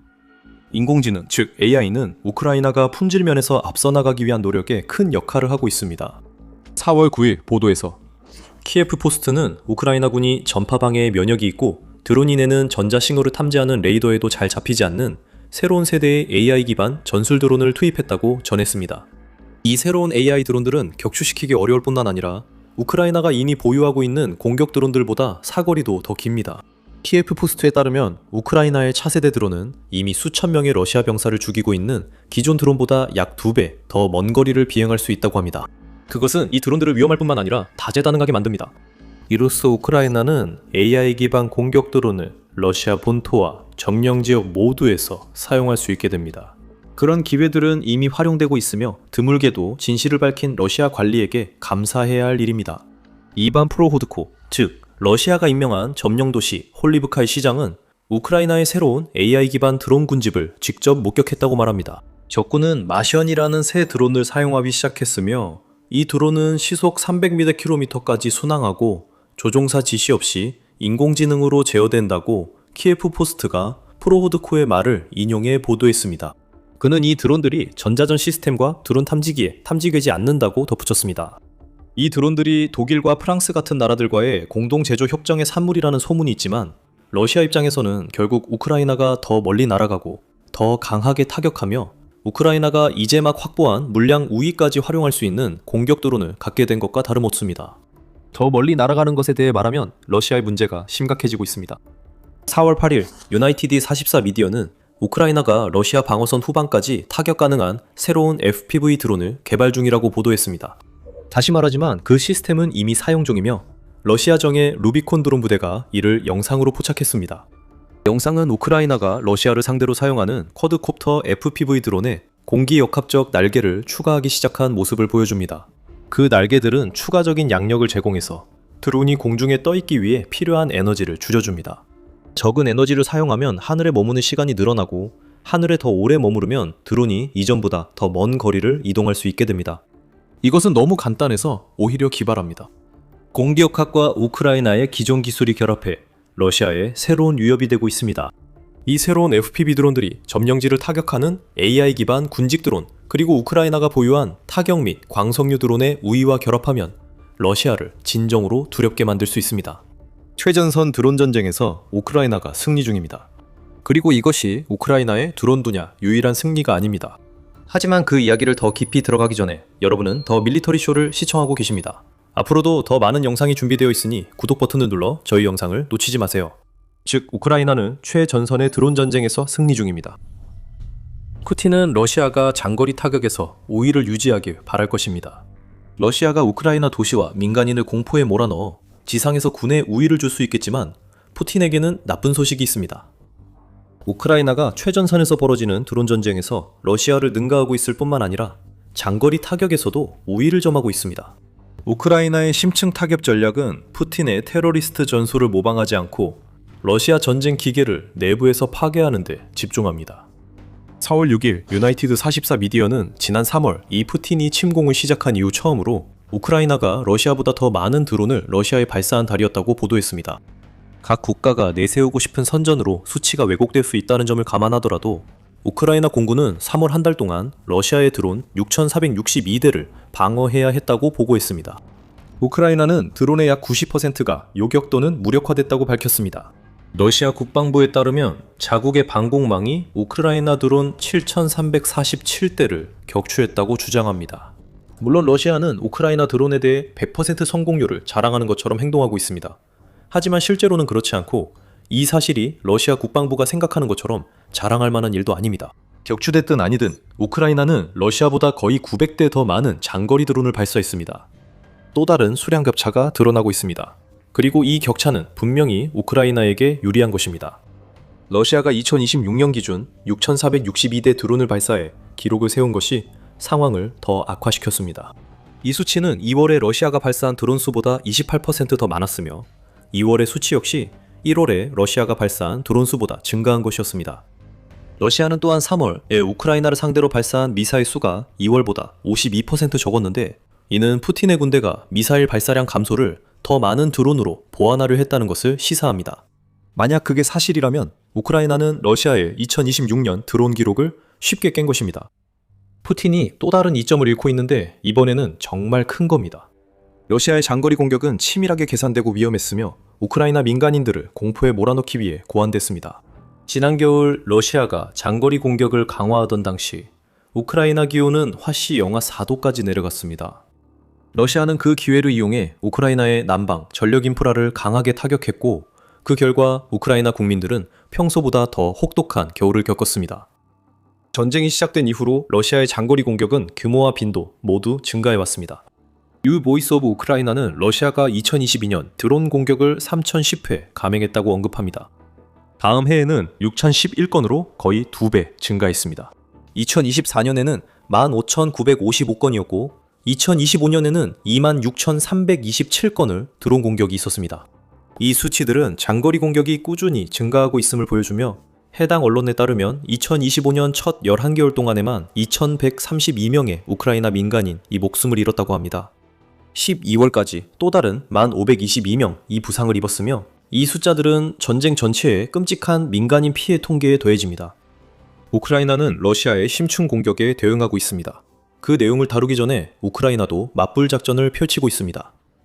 푸틴은 민간인을 표적으로 삼지만 우크라이나는 기록을 갈아치우는 장거리, 중거리 드론 공격으로 러시아의 동원 수준을 넘어 주요 장비와 군사 인프라를 파괴하고 있습니다. 러시아의 방공망이 특히 주요 표적이 되고 있으며 이는 이미 오랜 기간 계속되어 왔습니다. 2025년 한 해에만 우크라이나 보안구, 즉 SBU가 러시아 방공장비 40억 달러어치를 파괴했습니다. 러시아 방공망의 체계적 파괴는 2026년에도 계속되고 있으며 콜사인 슐츠라는 군인이 3월 키이우 인디펜던트와의 인터뷰에서 밝혔습니다. 우리는 러시아 점령 지역을 점진적으로 잠식하며 킬존 확장을 위해 그들의 방공 능력을 소진시키려 합니다. 우크라이나 무인 시스템 부대 413연대 소속인 슐츠는 그들의 생산시설, 기업, 장비, 본부 등을 대상으로 한다고 말합니다. 그리고 그의 말은 틀리지 않았습니다. 2025년 6월부터 2026년 3월까지 우크라이나가 러시아와 점령지 전역에서 감행한 확인된 공격 중 거의 3분의 1이 방공 인프라를 겨냥했으며 그 중에서도 러시아의 접근 거부 및 항공 차단 자산에 더 많은 공격이 집중되었습니다. 이런 공격으로 기반이 다져졌습니다. 그리고 지금 러시아의 방공망이 그 어느 때보다도 악화된 상태이기 때문에 우크라이나가 이를 이용하고 있습니다. 그래서 지금 우크라이나가 러시아보다 더 많은 장거리 드론을 발사하는 모습을 볼 수 있는 것입니다. 우크라이나는 숫자가 부족했던 것이 아니라 그 숫자들이 실제로 의미 있게 쓰이길 원했습니다. 러시아의 장거리 공격은 무차별적입니다. 우크라이나의 심층 타격은 정밀하게 이루어지며 이는 우크라이나가 몇 달 동안 러시아의 방공망을 뚫는 데 힘써왔기 때문에 가능해진 것입니다. 그리고 이 모든 결과는 무엇일까요? 러시아가 큰 타격을 받고 있다고 말할 수 있습니다. 우크라이나가 3월부터 4월까지 러시아의 발트해 석유 터미널을 대상으로 실시한 일련의 타격으로 인해 석유 저장 시설이 파괴되고 러시아 석유 수출의 40%를 담당하는 2개의 항구가 폐쇄되었습니다. 이란 에픽 퓨리 작전 후 유가 급등 상황에서 이번 공격들은 완벽한 타이밍이었습니다. 이 공격들은 푸틴과 크렘린의 측근들이 수년 만에 가장 큰 이익을 얻을 수 있는 시점에 러시아의 석유 생명줄을 끊어버린 셈입니다. TBP 월드에 따르면 우크라이나는 이번 공격들로 인해 러시아의 석유 수익에서 이미 약 10억 달러의 손실을 입혔습니다. 그리고 이 모든 것은 우크라이나가 러시아의 방공망을 타격했기 때문에 가능했습니다. 우크라이나는 이제 푸틴이 전혀 예상하지 못했던 속도로 하늘에서 쏟아지는 제재를 퍼붓고 있습니다. 장거리 드론들이 러시아가 시작한 전쟁을 다시 러시아 본토로 가져오고 있으며 이는 결국 푸틴에게 정치적 압박을 가하고 있습니다. 러시아는 특별 군사작전으로 우크라이나를 빠르게 점령하려 했습니다. 하지만 우크라이나는 4년 넘게 러시아를 막아냈을 뿐 아니라 타격 능력과 장거리 드론 분야에서도 러시아를 앞서고 있습니다. 블라디미르 푸틴과 가까운 전 국방장관 세르게이 쇼이구조차도 우크라이나를 상대로 한 전쟁이 계획대로 진행되지 않았다는 것을 인정하는 발언으로 폭탄 선언을 하고 있습니다. 나전코프 센터의 외교정책 및 국제안보연구 공동 책임자인 올렉세이 멜리크는 이러한 반응이 계속 무시된다면 통제의 강화와 누적된 좌절감이 결국 한 지역에서 폭발을 일으키고 이어서 연쇄 반응을 촉발할 수 있다고 말합니다. 멜리크는 이미 그 요소들이 존재한다고 덧붙입니다. 당국에 대한 불만, 커져가는 불안감, 그리고 증가하는 불안정성이 그것입니다. 푸틴이 승리하고 있다고 주장할 수 있었던 전쟁의 몇몇 측면들이 그에게서 빼앗겼습니다. 드론 전쟁에서 러시아의 열세는 강인한 이미지가 이미 손상된 러시아 대통령에게 또 한 번 큰 타격이 되고 있습니다. 드론 경제성 경쟁도 우크라이나에 유리하게 진행되고 있습니다. 우크라이나가 러시아보다 더 많은 장거리 드론을 발사하면서 푸틴은 러시아의 심층 타격을 덜 효과적으로 만드는 우크라이나의 델 드론 기술 개발에도 대응해야 하는 상황에 놓였습니다. 우크라이나는 1,400, 2,400달러의 요격 드론을 보유해 러시아 샤이드형 드론을 효과적으로 막고 있습니다. 샤이드형 드론은 이보다 10배 이상 비쌉니다. 우크라이나의 드론 전문성은 중동에서 큰 수요가 있습니다. 걸프 국가들은 우크라이나와 10년간 방위 협정을 맺으며 러시아와의 4년 넘는 전쟁에서 쌓은 우크라이나의 전문성과 장비를 활용하고자 합니다. 요약하면 우크라이나는 드론 전쟁에서 여러 면에서 이기고 있습니다. 우크라이나는 공격 및 장거리 드론 분야에서 모두 우위를 보이고 있습니다. 이 상황은 변하지 않을 것 같습니다. 우크라이나는 드론 생산을 확대 중입니다.